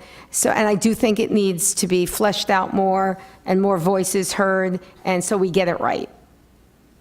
Mr. Chairman, may I address a couple Mr. things? Hendricks? Thank you very much. And I don't have the exact dates because I didn't realize this was going to be such a discussion, but back when I was Public Works Director in the mid-2000s, we actually had park rangers at Davis Camp and at the Wallapais. And if I remember correctly, and I apologize if I get something not accurately correct, but also the superintendents were post-certified. We had an issue back then to where we believed that Bullhead City might be supplementing their services with our rangers, and that customer service, Ms. Kaufman, was an issue with the rangers. And so what we did was we made an agreement with the sheriff at that time that the sheriff would cover both areas, the Wallapai, and do the law enforcement with both the Wallapais and Davis Camp, but we would continue to have post-certified superintendents. And I had a lengthy discussion with Steve Letowski that, one, we do believe that there is an immediate need in both facilities for post-certification to handle certain issues, in the middle of the night or whenever, and to have somebody who actually lives on site and be post-certified. So that was a justification for keeping the certification with the superintendents. However, Mr. Letowski is absolutely right that it's difficult, if not impossible, to find somebody who has the upper level management experience to manage those high-level parks that we have and to be post-certified at the same time. Obviously, our sheriff has that ability, but there's not many, and his chief deputy and other assistant has that ability, but they're not out there in force, and we can't attract them to those positions. So the decision was made that, yes, we do need to look at post-certification, a post-certification presence at our facilities, but we wanted to move away from our managers having that post-certification. So Steve did come up with this proposal for board consideration that does make sense to me. But obviously, if it needs more discussion, if the sheriff wants sole responsibility up there, I can speak from experience that having rangers being post-certified did present some conflicts up there in our parks, in our park system. So I just wanted to provide that background. We were there at one time. We moved away from that. We had our post-certified persons vested in the superintendents. We've had it kind of inched our way back towards having rangers on site, but we are trying to find a solution and utilize our past experience to come up with a proposal for board consideration. Thank you, Mr. Chairman. Thank you, Mr. Hendricks. Mr. Chairman, if I may. Certainly. Mr. Chairman, Manager Hendricks, thank you for that. I do appreciate that. Clearly, that decision was made before my tenure. It's something that I was not aware of, and I think circumstances do change. And I'll cite specifics. We've discussed in detail my staffing concerns. We are at a notoriously low level based on the continued growth in Mojave County. And when I take over 450 calls a year in Davis Camp, and I'm sending a very very low-staffed district, and I'm taking a deputy sometimes up to 45 minutes to respond there to deliver a message, and they drive in there and they pass two law enforcement trucks driving around the park, we have an issue.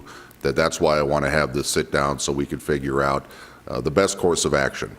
It has to be beneficial, obviously, to both sides, and we're here to work with everybody. But I cannot see sending deputies to handle calls at Davis Camp when we have law enforcement vehicles driving around there on a routine basis that reside on the property.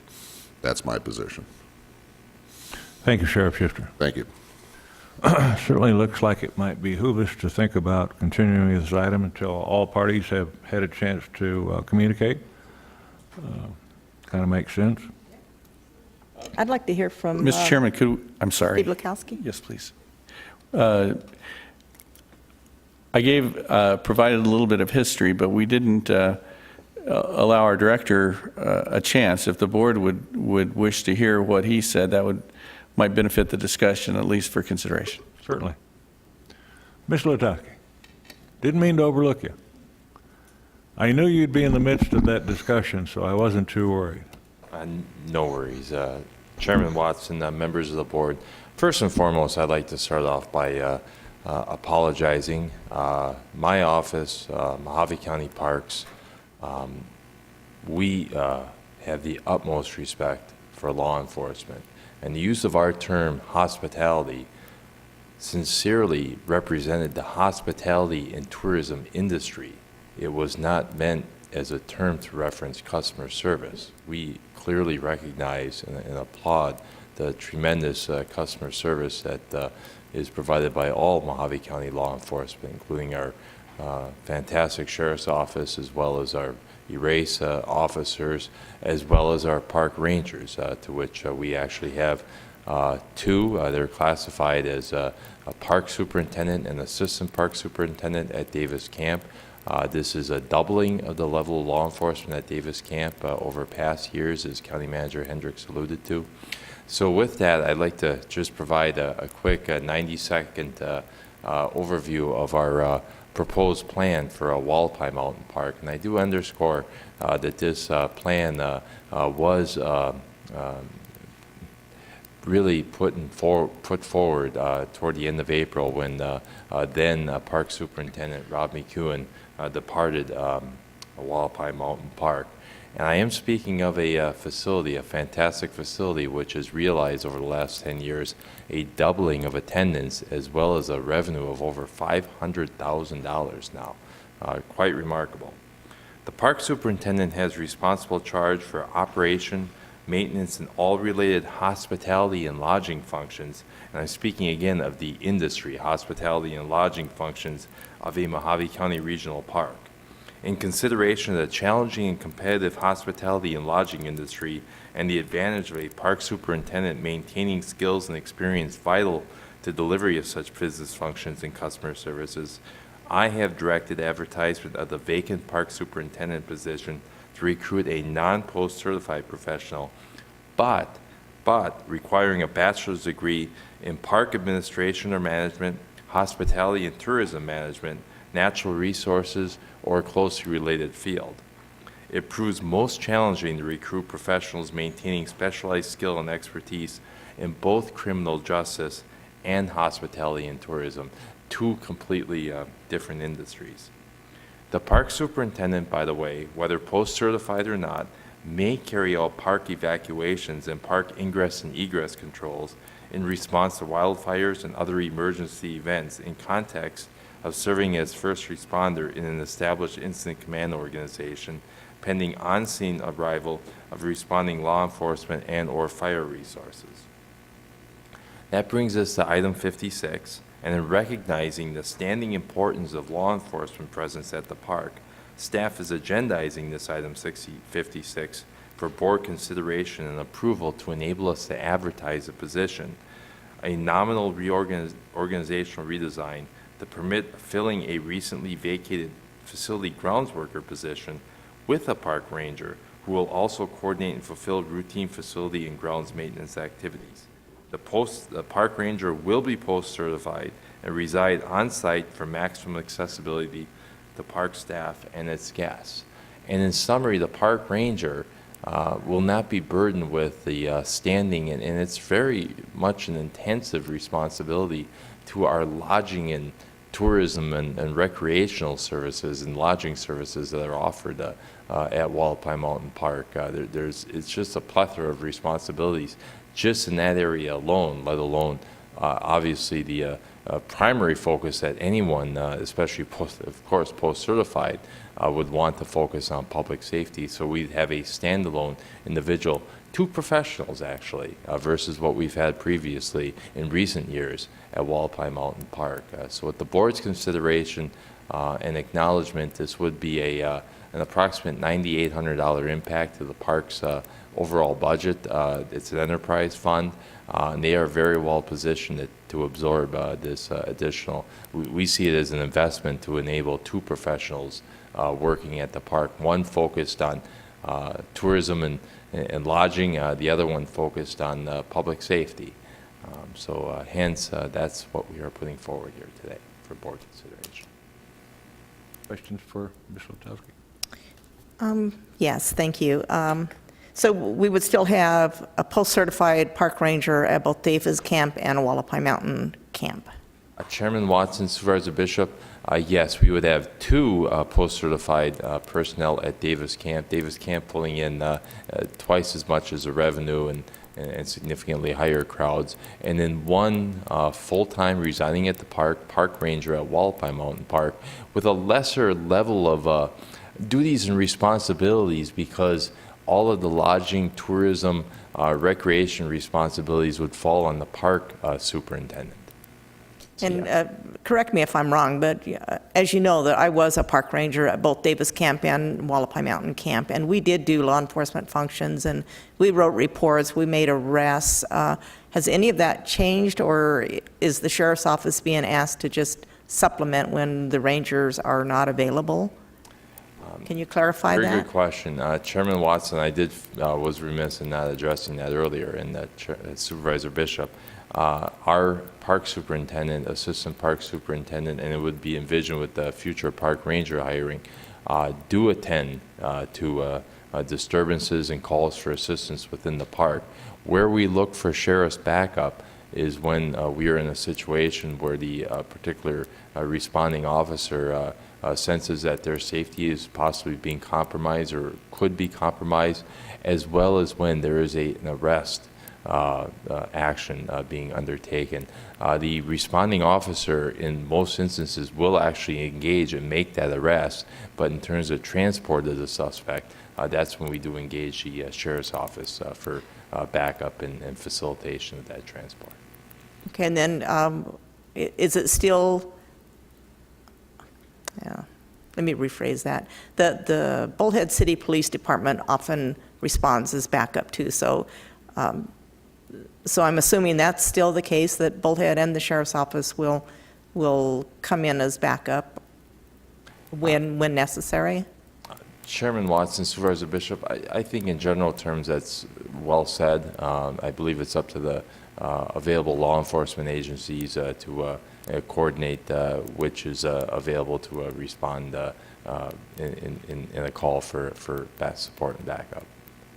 Okay, well, because of my unique experience, both being a deputy sheriff and being a park ranger and now a supervisor, I look at this as just a reorganization, and it looks like it's going to be the same, if not better, because a park superintendent will now be hired that has expertise and can maybe handle the park tourism better and bring in more monies for the county based on that. And we're still going to have the same amount of law enforcement in a park ranger that we had in the past. Is that correct? Chairman Watson, Supervisor Bishop, that is well said. I'd like to think of it in the context of we are going to have a law enforcement professional at Wallapai Mountain Park full-time that is really focused. Their primary responsibility is for public safety. And I don't want to misstate anything as it relates to the park superintendent. Obviously, any post-certified professional and working on traffic incidents, et cetera, on my own end, public safety is first and foremost, but that park ranger will not be burdened with the lodging, recreation, business end of park operations. That will be the responsibility of the park superintendent. We're aiming to recruit a park superintendent that is degreed, college degreed in that industry, so that we can assure ourselves that we actually have somebody familiar with the inner workings of hospitality and tourism management and can apply those practices and principles to Wallapai Mountain Park. While the park ranger, so I do sincerely believe it is an enhancement, like you have inferred, for our public safety to have that dedicated professional, law enforcement professional, that will be working continuously toward looking after public safety and providing that level of response.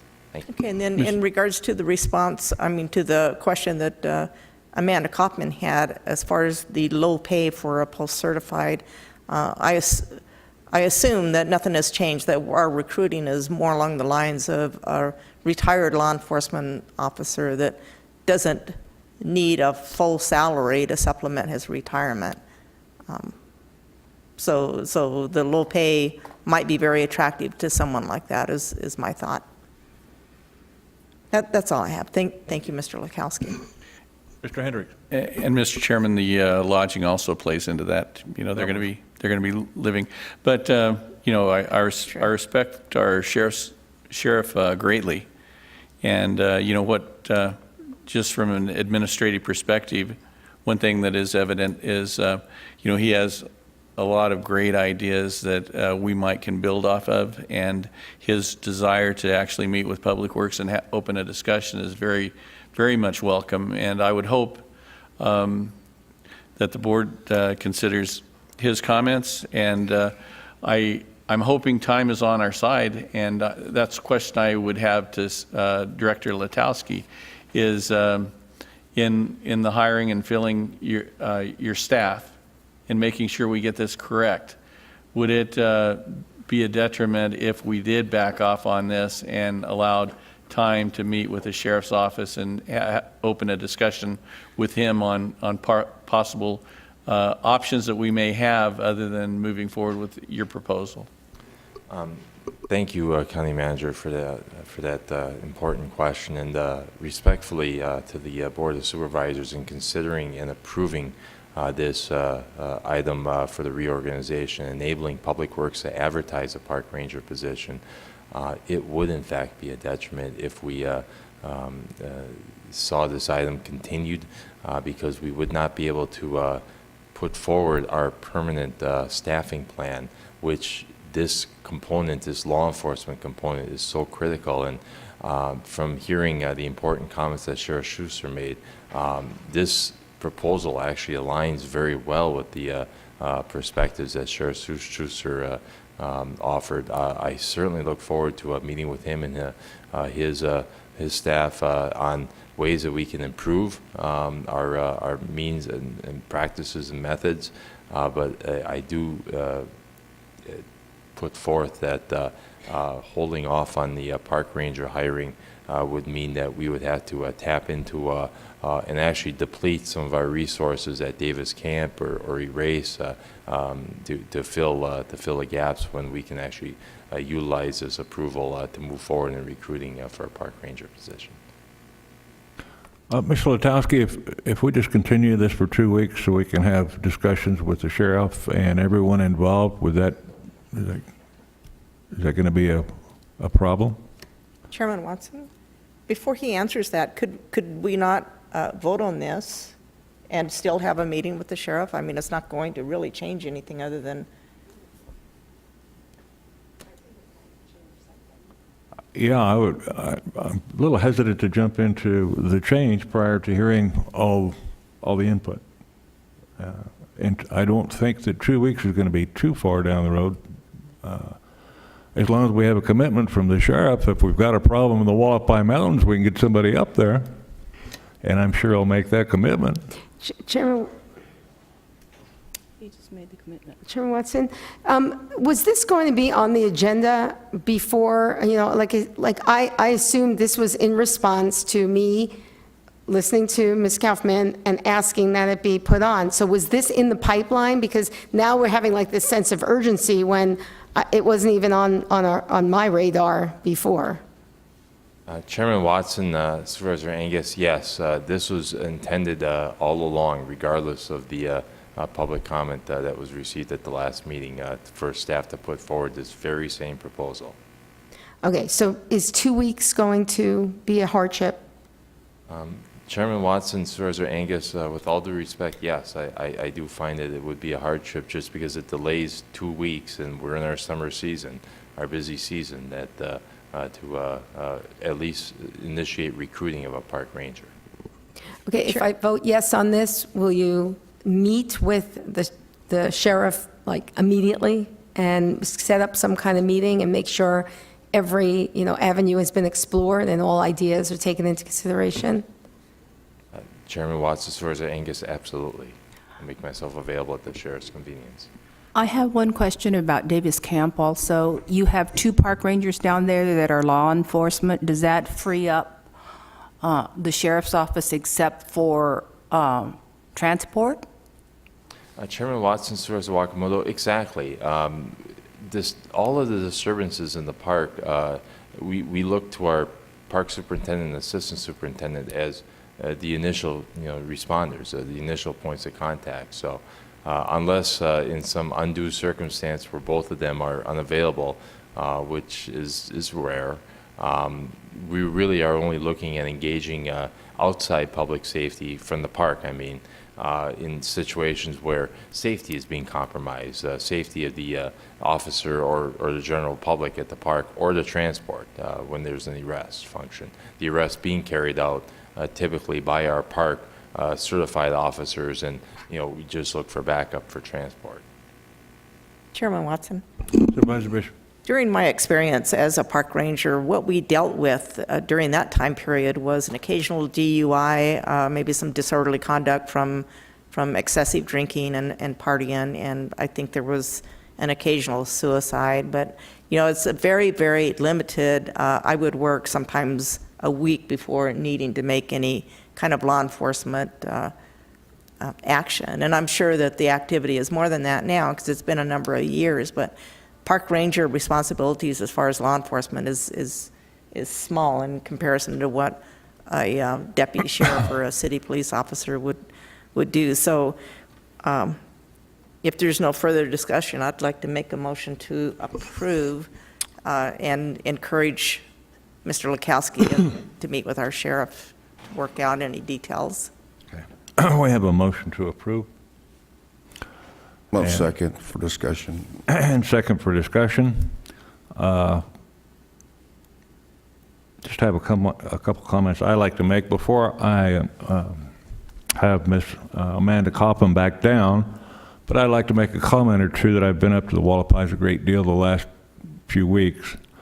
The conditions up there are extremely dry, and I'm sure that we need to get somebody on top of this as soon as possible. Just having somebody going up there and making sure nobody's having any open fires is going to be tantamount to our safety up there. There was an instance just this last week where one of our people had to warn somebody that was using an open fire. Due to the brilliance of that individual, they decided not to put the fire out, but put the charcoal grill in their trunk and drive off the mountains. And I'm just hoping that these kind of things don't happen any further. Extremely dangerous. The whole situation up there is dangerous. So I think it behooves us to take an action in the right direction as soon as possible. Ms. Kaufman, would you like to come down and add some more? Yes, sir, thank you. I understand item 56, specifically a proposed organizational redesign for the purpose of hiring a park ranger. Again, I don't know a whole lot about all the inner workings of all of this, but it's my understanding that there are two full-time, two houses available up there, and based on the current proposed design, the full-time housing would be for the park superintendent and a newly created position called park ranger. And what I hear from the discussion today from Mr. Letowski is the park superintendent would be responsible for the business end of the park, and the park ranger would be responsible for the law enforcement end of the park. But in the proposed paperwork in the backup, it said the ranger would be responsible for the maintenance, facility maintenance services of the park. And the actual job description is already on the county's website for the park ranger, and it says they need to be knowledgeable of water systems and a whole bunch of other things that I don't think, even if you brought in a retired law enforcement person that wasn't looking for a lot of money, you're asking of this position for $18.56 an hour to basically handle park maintenance, because it's not going to be the superintendent. And in this proposed initiative, on page 3, you have the current structure of the proposed structure. Well, the proposed structure eliminates a maintenance person. So now you're going down to just one other maintenance person up there. And in my opinion, in those two houses that are up there, you should have a full-time maintenance person and a full-time law enforcement person. And the administrator could live off-site, because the administrative function isn't necessarily a full-time thing. The maintenance and the law enforcement are what you need up there 24/7. That's all. And if you did table it, in my opinion, I think that would be the best thing to do, as long as there's no long-term. If you advertise a job position, I believe you do have the legal right to rescind it and say, we're just not going to fill it. So maybe there's no issue with advertising the position in the meantime. But I think there's some flaws in this proposal. Thank you for the time. Thank you. Okay, I believe we have a motion and a second on the floor. Is that correct? For discussion. Mr. Further Chairman? discussion? Supervisor I Johnson? hate to keep beating this dead horse like we have, but I think we have two issues. And one of the issues is the safety and security of the people who rent the Davis Camp and the Wallapies from us. And I think having a person on site is a big deterrent. In no way is it meant to displace the sheriff, but maybe to enhance what he does. And I think if we go ahead and approve this today, or at least start the process, and then the sheriff has the meetings with everybody else, that can be worked out. But I think you really, I set up the park security on the lower Colorado River, and you need somebody in there, and you're not going to get the sheriff to hang in there 24 hours a day. So I think it's something that we really need to look at. Thank you, Supervisor Johnson. Any further discussion? Okay, Madam Clerk. Supervisor Angus? I'm going to vote yes, but with the caveat that the sheriff is brought into the discussion, and if changes are made, it be brought back to the board. Supervisor Johnson? Yes. Supervisor Bishop? Yes. Supervisor Wakamoto? Yes, and I agree the sheriff needs to be part of this. And Chairman Watson. Yes, Motion carries unanimously. thank you.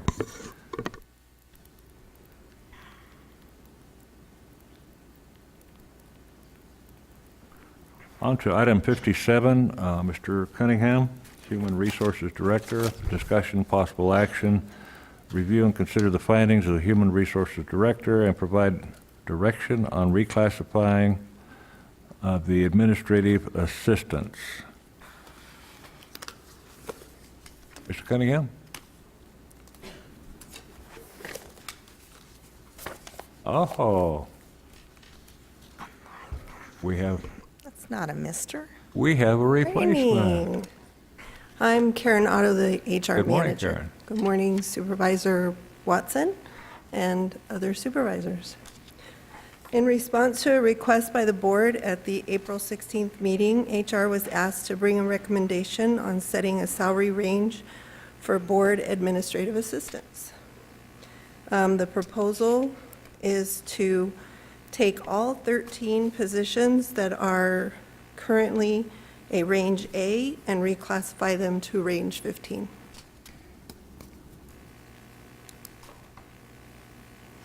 If you voted on that and you approved it, 5 of the employees would be below step 1 within that range. The cost to bring these 5 within range 15 is $13,065 a year, and that is without consideration of any tenure or education that the people who are in those positions have.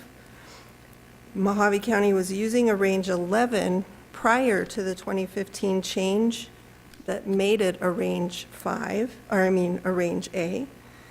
When discussion began, it was considered to go back to that range 11, but this doesn't provide for growth in these positions, and it would bring 2 of the 13 positions to a step 9 and 10 in that range 11. So range 15 is being recommended and would cause 13 positions to be on average between step 3 and 6 within a range 15. Does anybody have any questions on it? Supervisor Angus? Yeah, wasn't for this when it was brought up. This is the Board of Supervisors Administrative Assistants that historically we set due to our budgets. They're at-will appointments. So if we're going to go this far, let's just set how many we can have. This is at the discretion of the supervisor. I don't even understand why it was brought up. If any one supervisor has a problem, they can fix it on their own. I do not see why the entire board has to make this decision. So that is my opinion. Thank you.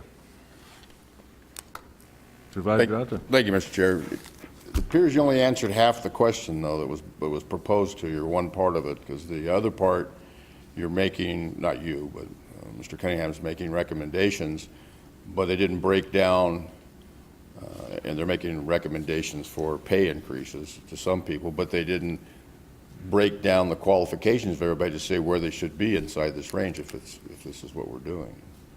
The current minimum qualifications are included in the action? Is that what you're referring to? Right, I think that's where you're having the increases, but and it's my understanding that the reason you didn't do that is because we don't have personnel forms filled out on all the employees, is that correct? Personnel forms as in? That would say, Applications. Yeah, applications. Oh, applications for them. Normally, an applicant doesn't have to go into that because they're usually appointed by the elected official. Right, So they but don't don't go we through the still, application. we still do backgrounds and everything so that you let somebody know if they're hiring an axe murderer, correct? Yes, I believe so. Doesn't None appear of that we've you done would- that, though. I don't You're think an I did axe the murderer. axe murder investigation. You didn't do that one? No. Mr. Chairman, Mr. I Hendricks? think, the difficulty that HR and departments sometimes have is we have there's a possibility of a split board on this. There's some train of thought that the budget has been established for each board member, and each board member is an elected official and should have the ability to determine the structure of their internal organization, their individual organization, to best serve their electorate, and to have a fairly free ability. And then there's another portion of the board that wants to be more structured, wants to have it very structured on what they can do, even so much as coming up with guidelines on where the placement of those administrative assistants can be within the salary specified. So I believe, I hope you can go there, but I believe the decision on which direction that the board needs to go, whether they want total flexibility or they want to be more structured, needs to be made before we move forward with this. Chairman Watson, if we're going to do this as a board and, put restrictions on it, then let's just go all the way. Let's just say you can only have one. You can only have one administrative assistant. Because Supervisor Johnson has two. I think he's the only one who has two. No, I have two. You have two. Okay, so let's make it, if we're going to make it, I have three. you have three. Okay, so if we're going to do that, let's just make it across the board. I mean, that's where this is leading. I mean, we either have the flexibility to do what we want, what we believe is best for our district and our constituents, or we don't. So, but this halfway isn't going to work for me. Halfway does not work for me either. My office runs extremely well with one administrative assistant, with the assistance of everybody else on the third floor. And I'm sure that Supervisor Bishop's going to be speaking in a moment, but she may have those same opinions as I do. But I, for one, do not want to give up my ability to make those choices myself and be trapped into a situation where I cannot pick the person I want and to work within that constraint. So. And we report to the taxpayers. So if there is an issue, it's all public. We talk about it here. If one of my constituents has an issue with what I pay my administrative assistant, they can come to me, and I'm held accountable. Right. Not, Karen or Ken, me and you. And, Mr. Chairman, I did want to make another point that the personnel policies that were drafted specifically exclude, for that specific reason, specifically exclude the Board of Supervisors because, one, you don't report to administration, period, and you should have the flexibility, maximum flexibility that you all believe is necessary, or we thought in developing the personnel policies, that you all believe is necessary to fulfill the obligation of your duty. So PPR, Mojave County's personnel policies actually do not apply currently. Thank you, Mr. Hendricks. Okay. Well, I'll tell you, it's getting awfully close to noon, and I don't know how much longer I can go without more coffee, but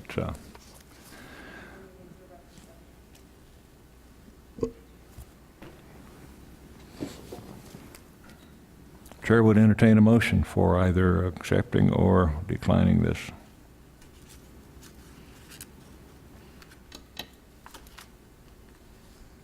Mr. Chairman, I'd make a motion to accept this. It gives us a range, and I think it sets a standard where at least an idea where people will be getting paid within this department. We have a motion, as indicated by Supervisor Johnson. I will second. And you have a second? Yes. We have a motion and a second. Further discussion? Supervisor Angus? No. Supervisor Johnson? Yes? Supervisor Bishop?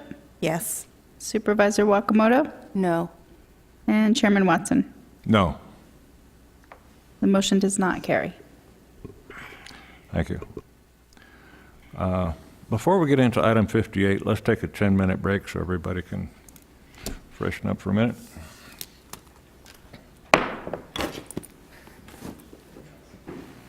Mine are all part-time.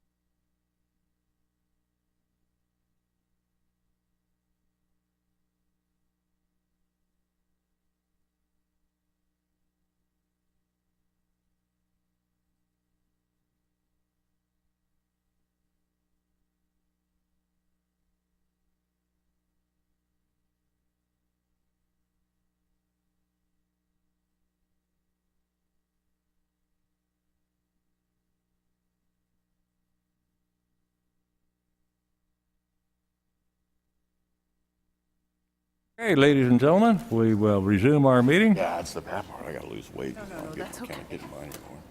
Saddle up, find your stirrups, and let's get going. On to item 58, discussion, possible action, setting the salaries for the 5 constables for the year, period beginning January 1, 2019. We have a couple gentlemen that probably want to speak, but evidently don't know how to fill out the forms. Somebody different helping. I got you. So we can authorize these 2 gentlemen as constables to speak. Probably very good. We don't have administrative assistants to help us. Ha, Constable Cobb. Very good. I don't know if I'd have said that one. I'll make a motion for open discussion. I have a motion and a second to open discussion. I don't think we need a roll call for that. Who wants to speak first? I'll start out, please. My name's Mike Cobb. I am the Kingman Precinct Constable. I have been the Precinct Constable now for 7 years. Every 4 years, when there's an election cycle, the Board of Supervisors are supposed to set salaries for the next 4 years. Unfortunately, this is the time to do that. Our last salary change was 4 years ago. We got a 2.5% increase at that time.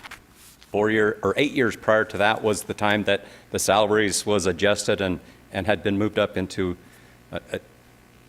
a range that was there for 8 years. Anyways, we have a little video that we'd like to show you real quick, and then we'll get moving forward.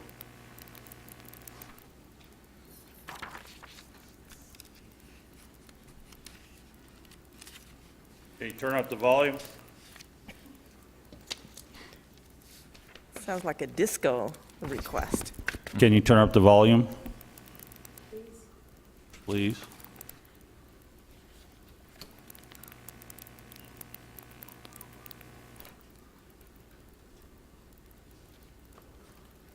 Oh, that's not my house.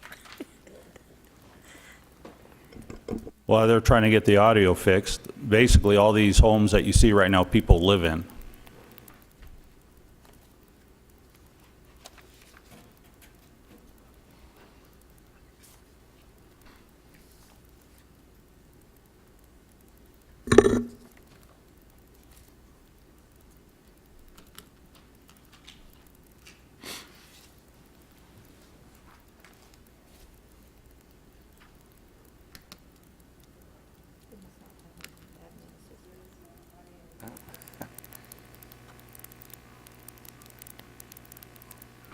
We're sorry we had good video or good audio going with this, but apparently it's not coming through. IT is indicating that there is no audio in the video. We're hearing it right here. It appears to be pretty self-explanatory. Okay. Anyways, constables are, there's 5 constables in Mojave County. 4 that are on one set pay scale or range, and we have a 5th one up in the North Canyon that's another set one. We're just like you guys. We do our jobs, and we do them the best of our ability. We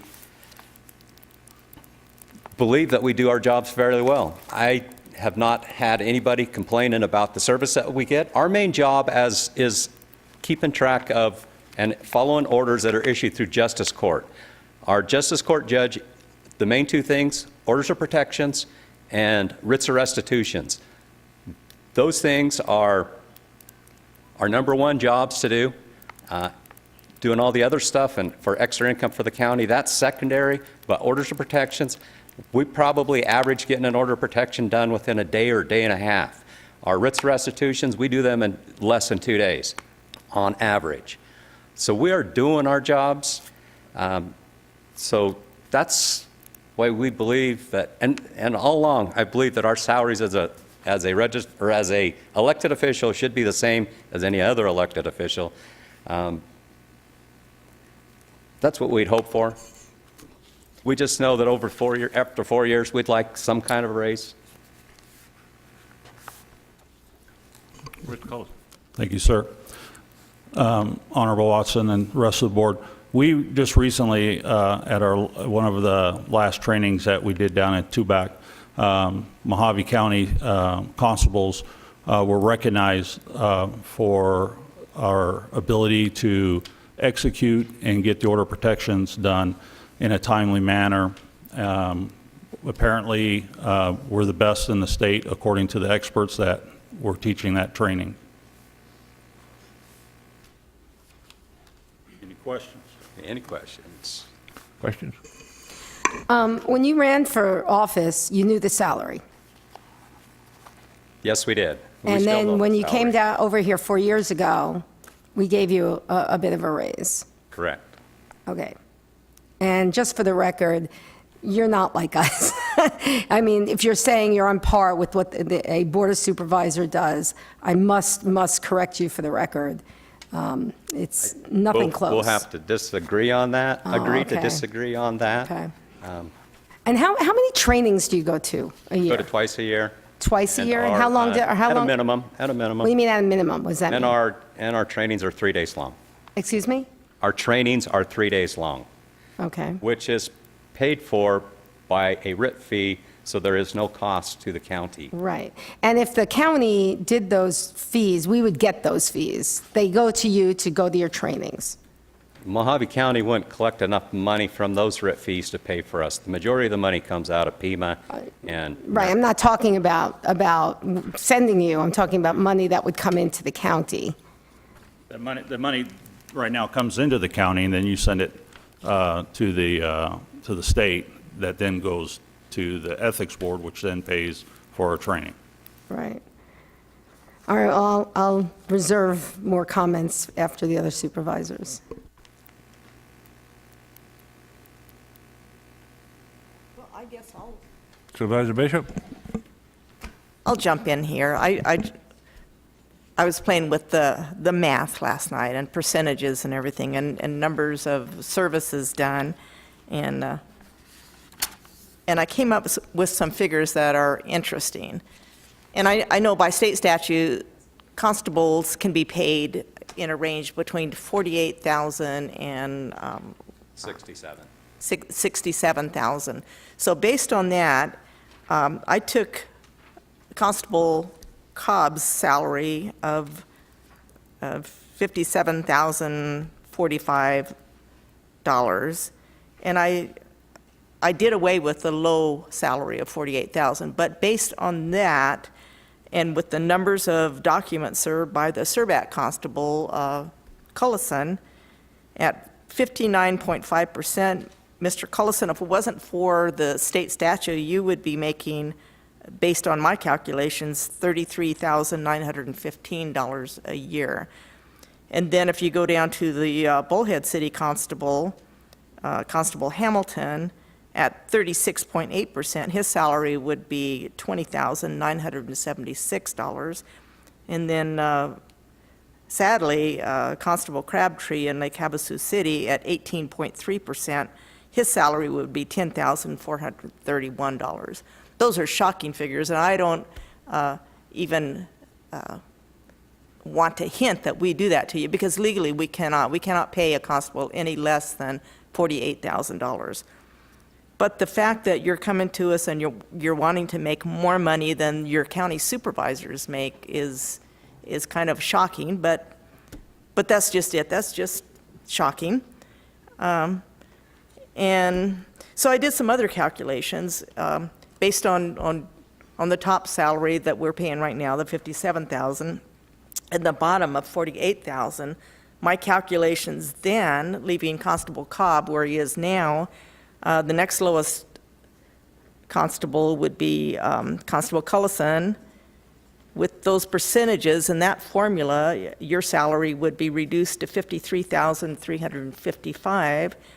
And then Constable Hamilton from Bullhead City, with the same formula and percentage, would be reduced to $51,012. And Lake Havasu City, down to $49,647. Now, I don't know if that's the will of the board. I just wanted to put those numbers out there because, you know, when you look at it that way, it's really surprising. And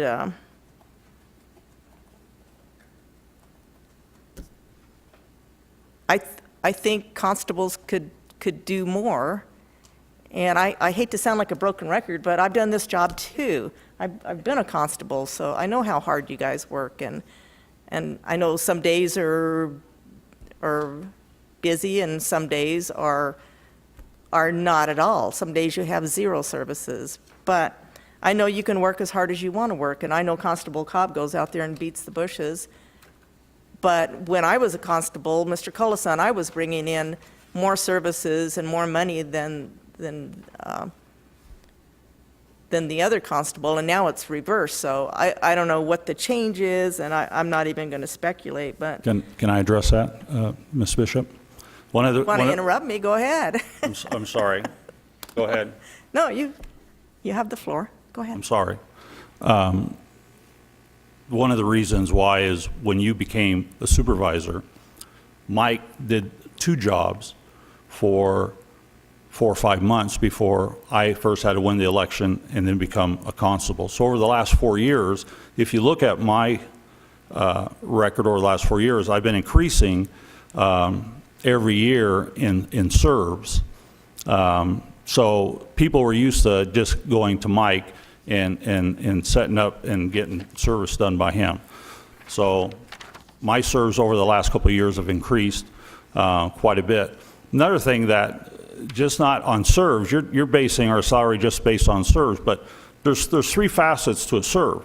We have to do paperwork before we go do the serve, then we do the serve, and then we have to do paperwork when we get done, when it's all said and done, not to mention banking. That video discussed all that you didn't get to hear. So there's several aspects of our office that we have to do besides just serve papers. We have to do a lot of paperwork prior and after of serving. I didn't know that.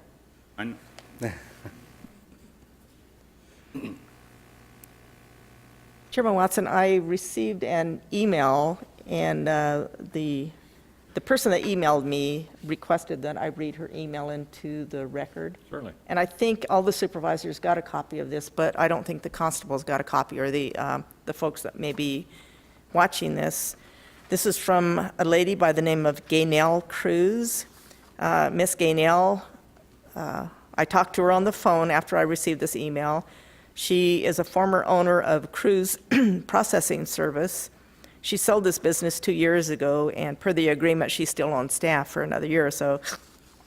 So she does have a view and probably a financial interest. But she stated that on an average day that they could receive as many as 44 service requests, and out of that, they'd usually accomplish about 38. But I have no backup to say that's true or not, but I have no reason to discount what she said. And then she also told me that Constable Crabtree referred a lot of his work to the sheriff's office, as well as private process servers. And maybe Sheriff Schuster can confirm or deny that. But this is her email. She says, "My request to the Board of Supervisors is to vote no on the issue of an increase in pay for constables. The current wage with the addition of benefits plus mileage is more than sufficient. In fact, for all of the constables, it is apparent that they are not performing to the benefit of the county. Their numbers are pretty pathetic. They are costing the taxpayers way more than any benefit. Yes, I have been a private process server, so I do know how much work there is in this county. I personally have served weekly what some of the constables serve monthly. In fact, annually I serve more than all of the constables combined. In the past, I have received phone calls from citizens to serve papers who were given my number by constables. They just did not want to be bothered. I also implore Supervisor Bishop to abstain from voting on this issue with her apparent relationships with most of the constables. Thank you, Gaynell Cruz." And that's true. I do know the constables, and I like all of you, and it breaks my heart to have to sit up here and make these kind of comments, but Could I comment I feel that now that I'm a supervisor, I'm representing the voters of this county as well as the county interests, and it's my responsibility to share the knowledge that I might have. Thank you, Chairman Watson. Can I comment on that? Certainly. Gaynell was a private process server. I was a private process server before I started doing this also, so I know exactly what she's talking about. I probably done, back before I become constable, I was doing 125 serves a month. I don't know where Gaynell was, but she's saying 45 a week, so a little more than that. A process server and constable do two different things.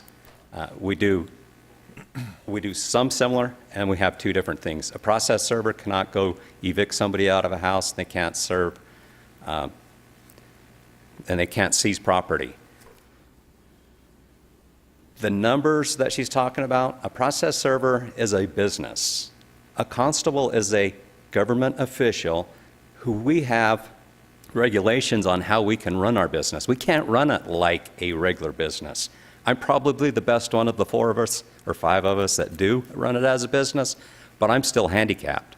I can't compete with a process server. They can do 3 serves for 1 fee. I got to do 1 serve for 1 fee, and then I got to double it each time I do another attempt. So our job is mostly to make sure the county's business is taken care of. I will say that Lake Havasu has had an issue over the last couple of years because the constables has had ill health. Why he hasn't retired, I can't tell you that, but every one of you would, if you were in his same situation, would decide, am I going to make my meetings, am I going to get paid, or am I going to resign? We have no control over that. He's his own person. You're going to have a new constable that's going to be coming into office after the election. If you take and set his salary compared to what has been done,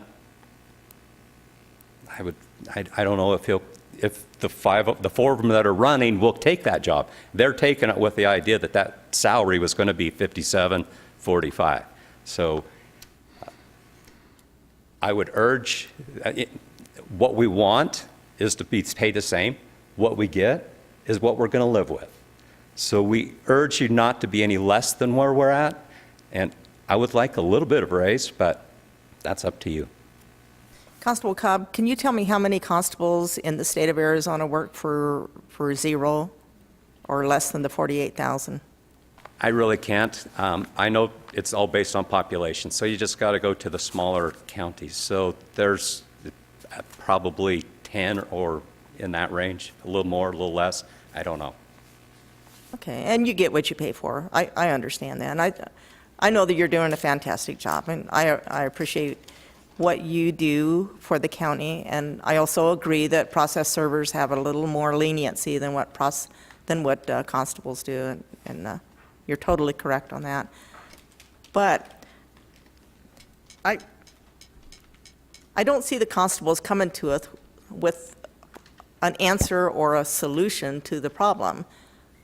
You're wanting more money, but your services are down, and you're wanting, I have to look at my budget book again, but didn't you ask for more money for uniforms and other things that, so that's increasing as well? Unfortunately, the price of all goods have increased. So if you look at our total budgets, I think, I'll use mine specific. I think my total budget's right around $94,000 a year. And I think when it got adjusted, my total budget's like maybe $95,000. So the little bit extra for the extra mileage, gas is not $2 a gallon anymore. Shirt's not $4 a shirt anymore. Mr. Hendricks, am I close to that? Am I close to being right? About the $94,000, the total of my salary and my benefits and the office expenses. Coral said that correct. And what's going to be next year that we talked about is roughly 95. So Supervisor Johnson, you've been kind of quiet over there in the corner. Well, I hate to pile on, but where everybody comes to me with the fact is that between all 5 constables, they don't bring in enough money to cover one constable's salary. And that's a big concern with a lot of people. I think they pretty much covered everything else that we've had out there. Thank you. Supervisor Angus, comments? Supervisor Wakamoto. I'm just looking at the financials and the cost and the services, and we're in the red so much on all of this. In terms of income and what's expended and everything else. Oh, sorry. And what's expended and everything else. And this is what I'm looking at in terms of the county. So I would agree with what the other supervisors have said. This is really difficult to move forward with a raise. Thank you, Supervisor Wakamoto. And you're probably awaiting my comments. Well, gentlemen, I've been here for almost 10 years. And I'll give you the same raise that I've gotten for these last 10 years. I'm not going to make any comparisons on service because there's some extenuating circumstances. If we were to adjust the wage to the Lake Havasu City area, that would probably put a real problem into the election. Mr. Cobb, I understand you're doing an outstanding job. Mr. Cullison, you're doing an outstanding job in improving. But I can't give you a lot of support under our current situation. I'll tell you, I'll make you a deal. Next raise I get, you'll get.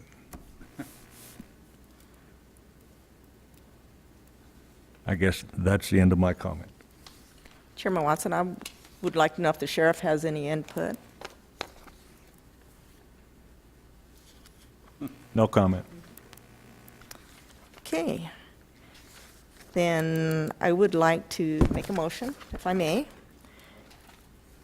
I would like to continue this for 2 weeks and ask Coral Lloyd, our finance director, to come up with the formula for the percent of difference between the current salary and the low salary of $48,000, and come up with a formula that will justify a decrease for the 3 lower salaries, leaving Constable Cobb where he is and Constable Hogard where he is.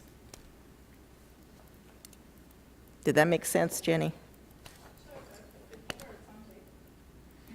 I follow what you're attempting to do. Okay. Question? Thank you, Supervisor? Mr. Chairman. The only thing I would have to say on that is you have an election coming up, and all 4 will be, or 5 will be hired new.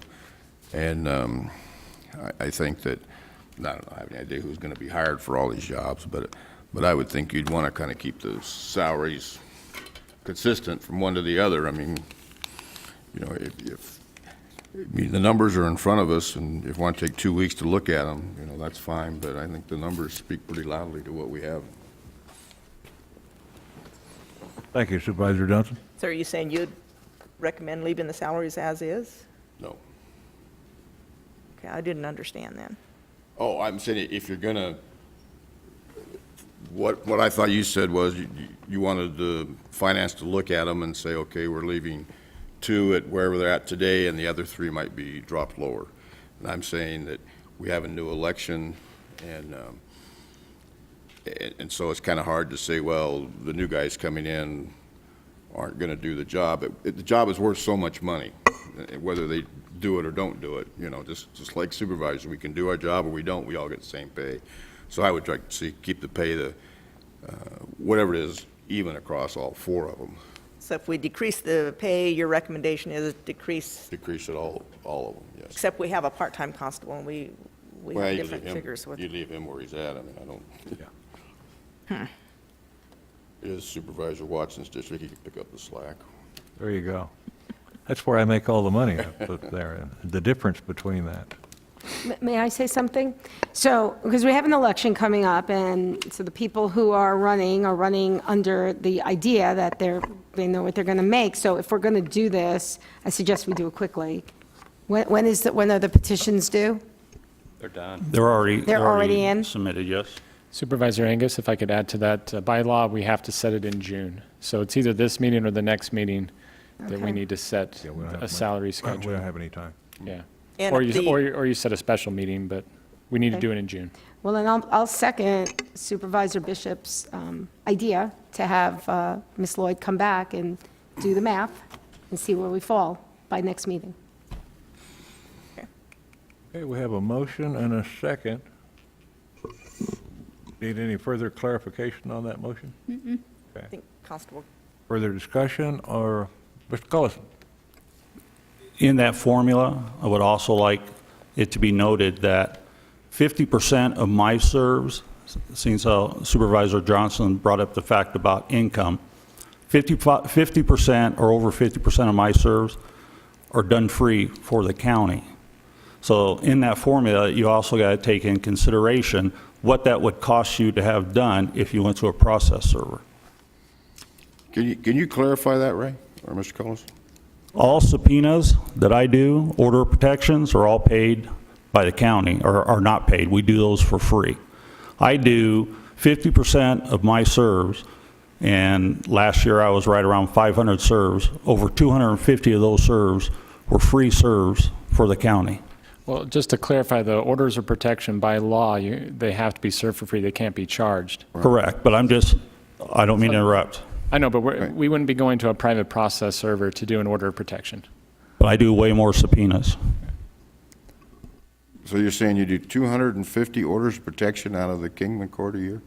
No, sir. What I'm saying is I did over 250 serves that were free, either by subpoena, order of protection, Mojave Mental Health. There's several serves that we do for free that the county would have to pay a process server to do if it wasn't for us. So which ones would those be then, Or- Mr. Esplin? Not with the order of protection, No, that's what no. I'm saying. Or the sheriff's department would have to do. Exactly, but it Yeah, wouldn't- the orders or protections are things that are done by state statute for Correct. free. Thank you.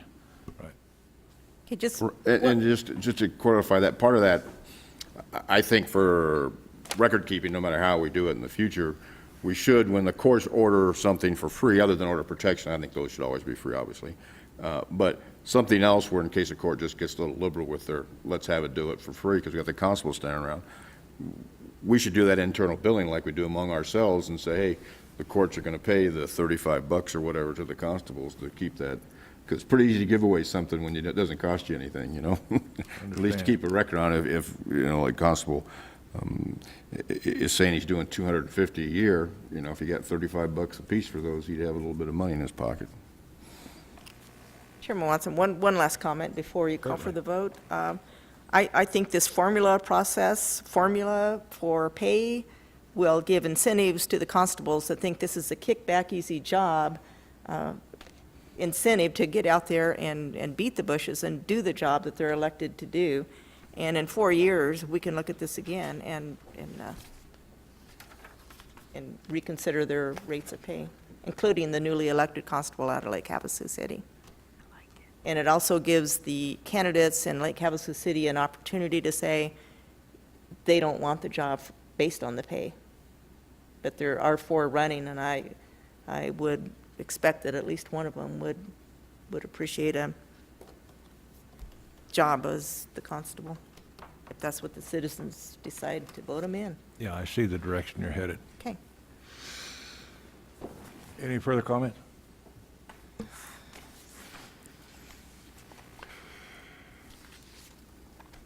There being no further comments, Madam Clerk. Supervisor Angus? Yes. Supervisor Johnson? Yes. Supervisor Bishop? Yes. Supervisor Wakamoto? Yes. And Chairman Watson? Yes. Thank Motion you. carries unanimously. Gentlemen, thank you.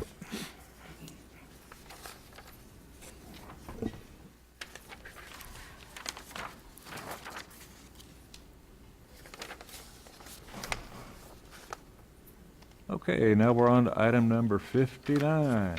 Discussion, possible action for the discussion of the recent road claims received by the clerk of the Board of Supervisors.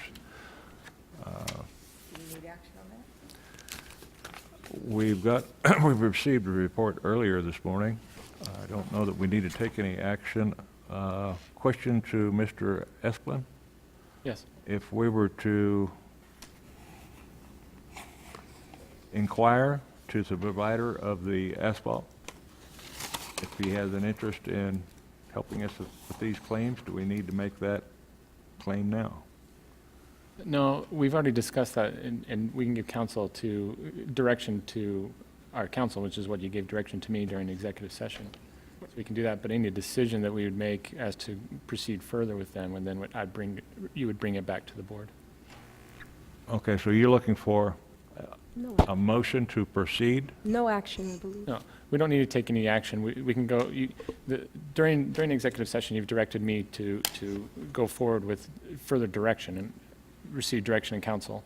So I've received that, and I'll go forward with that.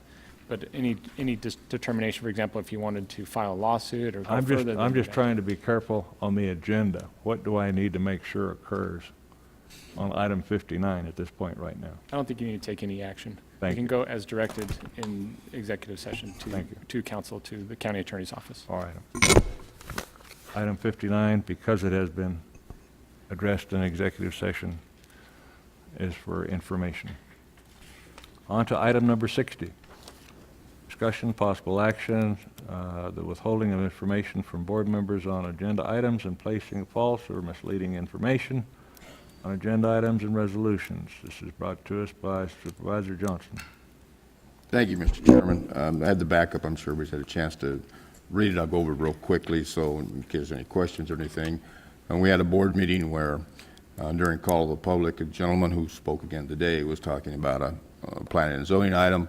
Supervisor Bishop, I believe, pulled it off the consent, made a motion to just carry it over to the next meeting to discuss it. We were told immediately by staff that we couldn't do this because it hadn't been advertised. That set me back because obviously, I think I asked a question, didn't they pay for this? Isn't this what we do?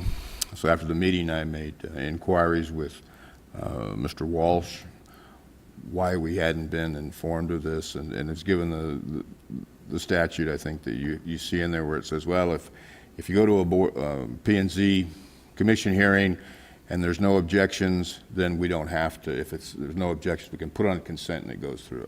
I've never seen that before, but we do take the money from the people. But then once we pulled it, then we would have to go back out and announce it. I was curious with Mr. Walsh to begin with, and we had some pretty good exchanges and emails, and I was saying that, how do I trust anything that comes in front of us if this wasn't told to us that this item wasn't done properly? Then he informed me that he had informed the manager and the county attorney prior to the meeting that these items were not properly posted. And in my opinion, that's when they should have been pulled. So then Supervisor Angus was quizzing me last meeting why I was pulling things off, and I was trying to get the attention on staffing to say, hey, come to me and say, how are you going to explain to me how you're going to run back my trust that everything we get is actual and factual, because nobody cares if staff gives us misinformation. It's the vote that we make that we're held accountable for. And so then I understood that was taken as a joke. So that's why I put this on the board, because we passed 2 resolutions that weren't pulled off that have non-factual information that say those items were posted in the Kingman Minor. And that is not true. That information should have never come to us. And it just comes down to, I expect all board members to receive the same information, and we were not given this information, and that's where it was at. I just wanted to bring it forward because Supervisor Angus was asking, and I take it pretty serious when I vote. Well, there's one more piece of information that you need to know. Mr. Walsh indicated to me before the meeting that those items could not be moved on separately. And he told me, he then told, I believe, Mr. Esplin and Manager Hendricks. I forgot, it went over the top of my head, and I forgot to include you all in that information. So I take part of the blame myself for letting it get over my head and not making sure that each and every supervisor knew exactly what was going on. But I think even. Part of that is mine. Right, but even with that, it comes down to if the manager and the attorney should have notified all of us, because you can't really tell more than one person without violating the open meeting law. Right. So you have to pick your favorites, and I know how Supervisor Wakamoto thinks she's your favorite, so. Yeah, right now, he's trying to take mine. That's right. So some of that responsibility belongs to me, and I'll take that heat. So what's your recommendation to? May I say something, please? Certainly. And thank you for putting this on the agenda. And I did question it, and because the implication was that staff was being less than honest with the board. And, you know, you said that you thought it was being taken as a joke, but I was taking it very seriously because we do have an ordinance that says that if a staff member lies to us directly or by omission, that would be reason for termination. And so I took it very seriously. So I'm glad that on the record, it's been cleared up that it was a miscommunication, and I hope in the future it will be rectified. But if we're going to do something like that in an open meeting, there's got to be a manner where we can explain it while it's happening. And that's what I was trying to do when I asked Supervisor Johnson, what's the purpose of all of this? Because it just, the optics of it looked, you know, it was pretty plain what was going on. So thank you for putting it back on the agenda so we can talk about it. And just to clarify, that wasn't you that was taking it lightly. That was staff, I understand, was taking it very lightly. So I just brought it up so everybody would know, but we have 2 resolutions now, and a resolution's like a diamond, lasts forever, that are false. They were put out there, and still to this day, nobody has brought them back or made an issue of it. I do not accept false information from the people in my office, and it just bothers me, because now how do I trust whatever else is brought forward to me? Because we were allowed to go through and vote on resolutions that were not true. But that's all it's up. Mr. Chairman, may I? Mr. Hendricks. I don't ever take anything that Supervisor Johnson says lightly. I hope he doesn't have that impression. But he is correct. Generally, the resolutions are, not generally, but the resolutions for planning and zoning are prepared ahead of time. I firmly believe that when the meeting started, that Supervisor Johnson is referring to, that that's when Director Walsh asked a question of one of his staff, how about the consent items? And at that time, he came up here immediately, and it was just prior to the meeting that he discussed the issue with you, that if anything was pulled, it couldn't be acted upon, and it would have to go to public hearing because it wasn't advertised, so it could be moved forward if there was an objection, because statutes are real plain that if there are no objections, issues can go on the consent agenda and move forward. And so I was made aware of it at that time. Attorney Esplin was made aware of it at that time, and we didn't have really any opportunity. I can't pull your items, only a board member can pull the items. So our choice was to let it go. However, with that said, what Supervisor Johnson said was absolutely correct. Staff and myself, because I look at all the agenda items and I approve them going on the agenda, did not have an opportunity to go back and correct one of the whereases, one of the issues that said that they were properly advertised, which they weren't, and I would expect staff to bring that forward and have that corrected on those resolutions that passed. And that's one of the things that we could do. But with that said, I guarantee that mistakes will be made, from time to time. And my focus is to make sure that those mistakes are corrected, and that they're not malicious, they're not repetitive, and that they're not done with any other type of malice that could be involved in those mistakes.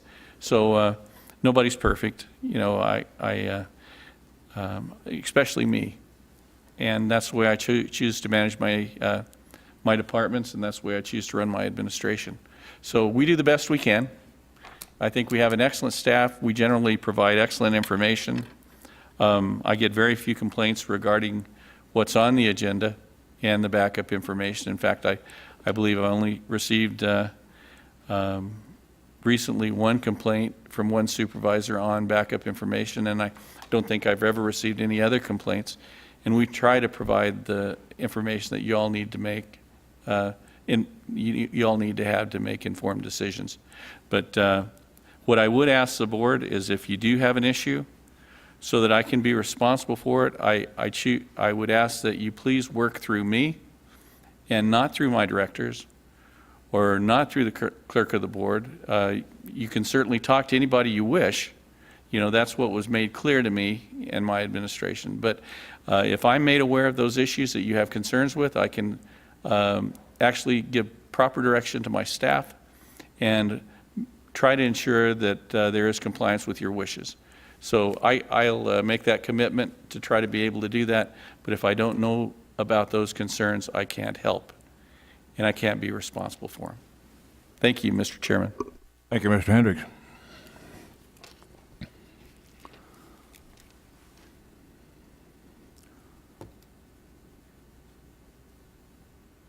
I don't know that there's any action that anyone wants to take on this. Question. So for the two resolutions that Supervisor Johnson said that we passed without it being correctly done, should we go back and rectify those? If I may, we can certainly do that. It's not I an would issue. expect we correct the misinformation and we do a amended resolution, and that probably should have been on this agenda, except we probably wanted to hear what the issues were. Is that something, Supervisor Johnson, would that help a little with some of your? Well, it would help, but I mean, we're now this, what is that, a month old, clerk of the board, when that last one happened? It's a month old and it wasn't corrected. I mean, to me, it seems that it wasn't taken seriously. And it's not misinformation, it's false information. I mean, we can read it any way we want, but that's the part that bothers me, because I mean, when any one of your supervisors tells me something, I, assume that you're telling me the truth, I mean, you might, that's the way I deal. I figure you're not going to, and I have a problem now, and it bothers me that nothing was done to correct the mistake that was done a month ago when we knew it, because it was an easy thing. And especially with the meeting when we had, we didn't advertise these, so let's pull them. I mean, just like the Manager Hendricks is saying, well, make mistakes, we didn't get it in, it didn't get done. But we just went through it, and then if Supervisor Bishop hadn't pulled it off, there'd have been 3 of them that have still been out there for perpetuity. And I don't know if somebody can come back and sue us for that or not, but that's all. Okay, well, and how do I do this? Just through a motion. Through a motion, I make a motion that the 2 resolutions that were passed by this board that are in question be brought back at the next meeting for board approval. For correction. Corrected board approval. Chairman Watson, if I may, with the motion, I'll need to look at it with Attorney Esplin, but it may need to go back to Planning and Zoning for an amended resolution before it can come back to the board. Okay, however it has to be done, do it the right way. Will do. Okay. Yeah. I'll second the motion. Any further discussion? There being none? I guess the only question I would have, Mr. Chairman, is it didn't really agendize it for that. I don't know if that's an illegal motion or not. I mean, we can do it's just something that Supervisor Angus do it after the meeting, or any member. Let's get illegal on it. What I'd recommend is we not take any action today. You've given us direction as to how we need to go. I can talk with Director Walsh, and we can bring it back and go through the proper steps to get a change. We can do that. Then that we will do. Want to withdraw your motion? I will withdraw my motion. Very good. Okay, item 60. Fails for lack of motion. Item 61. I bring you item 61 to provide you with information on what's happening at Mojave County Fairgrounds.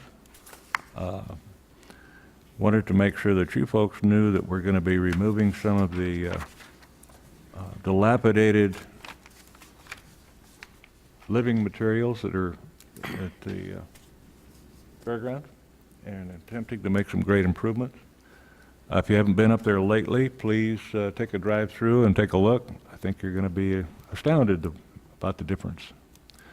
So I don't know that this needs any possible action. I just bring it to you as an informational item that we're making some changes up there. It's certainly within the guidelines of our budget.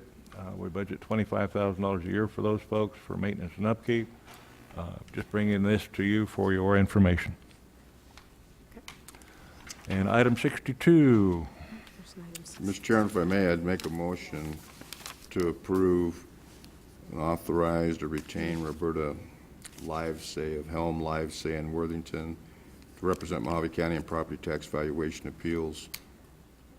The three of them that are listed at cost-sharing basis, and with the review of the county manager and county attorney to make sure that all qualifications and background are sufficient. Very good. Second it? We have a motion and a second. Any further discussion? There being none, Madam Clerk. Supervisor Angus? Yes. Supervisor Johnson? Yes. Supervisor Bishop? Yes. Supervisor Wakamoto? Yes. Chairman Watson? Yes. Motion betcha. carries unanimously. Motion to Ladies and gentlemen, it's been a pleasure all day today.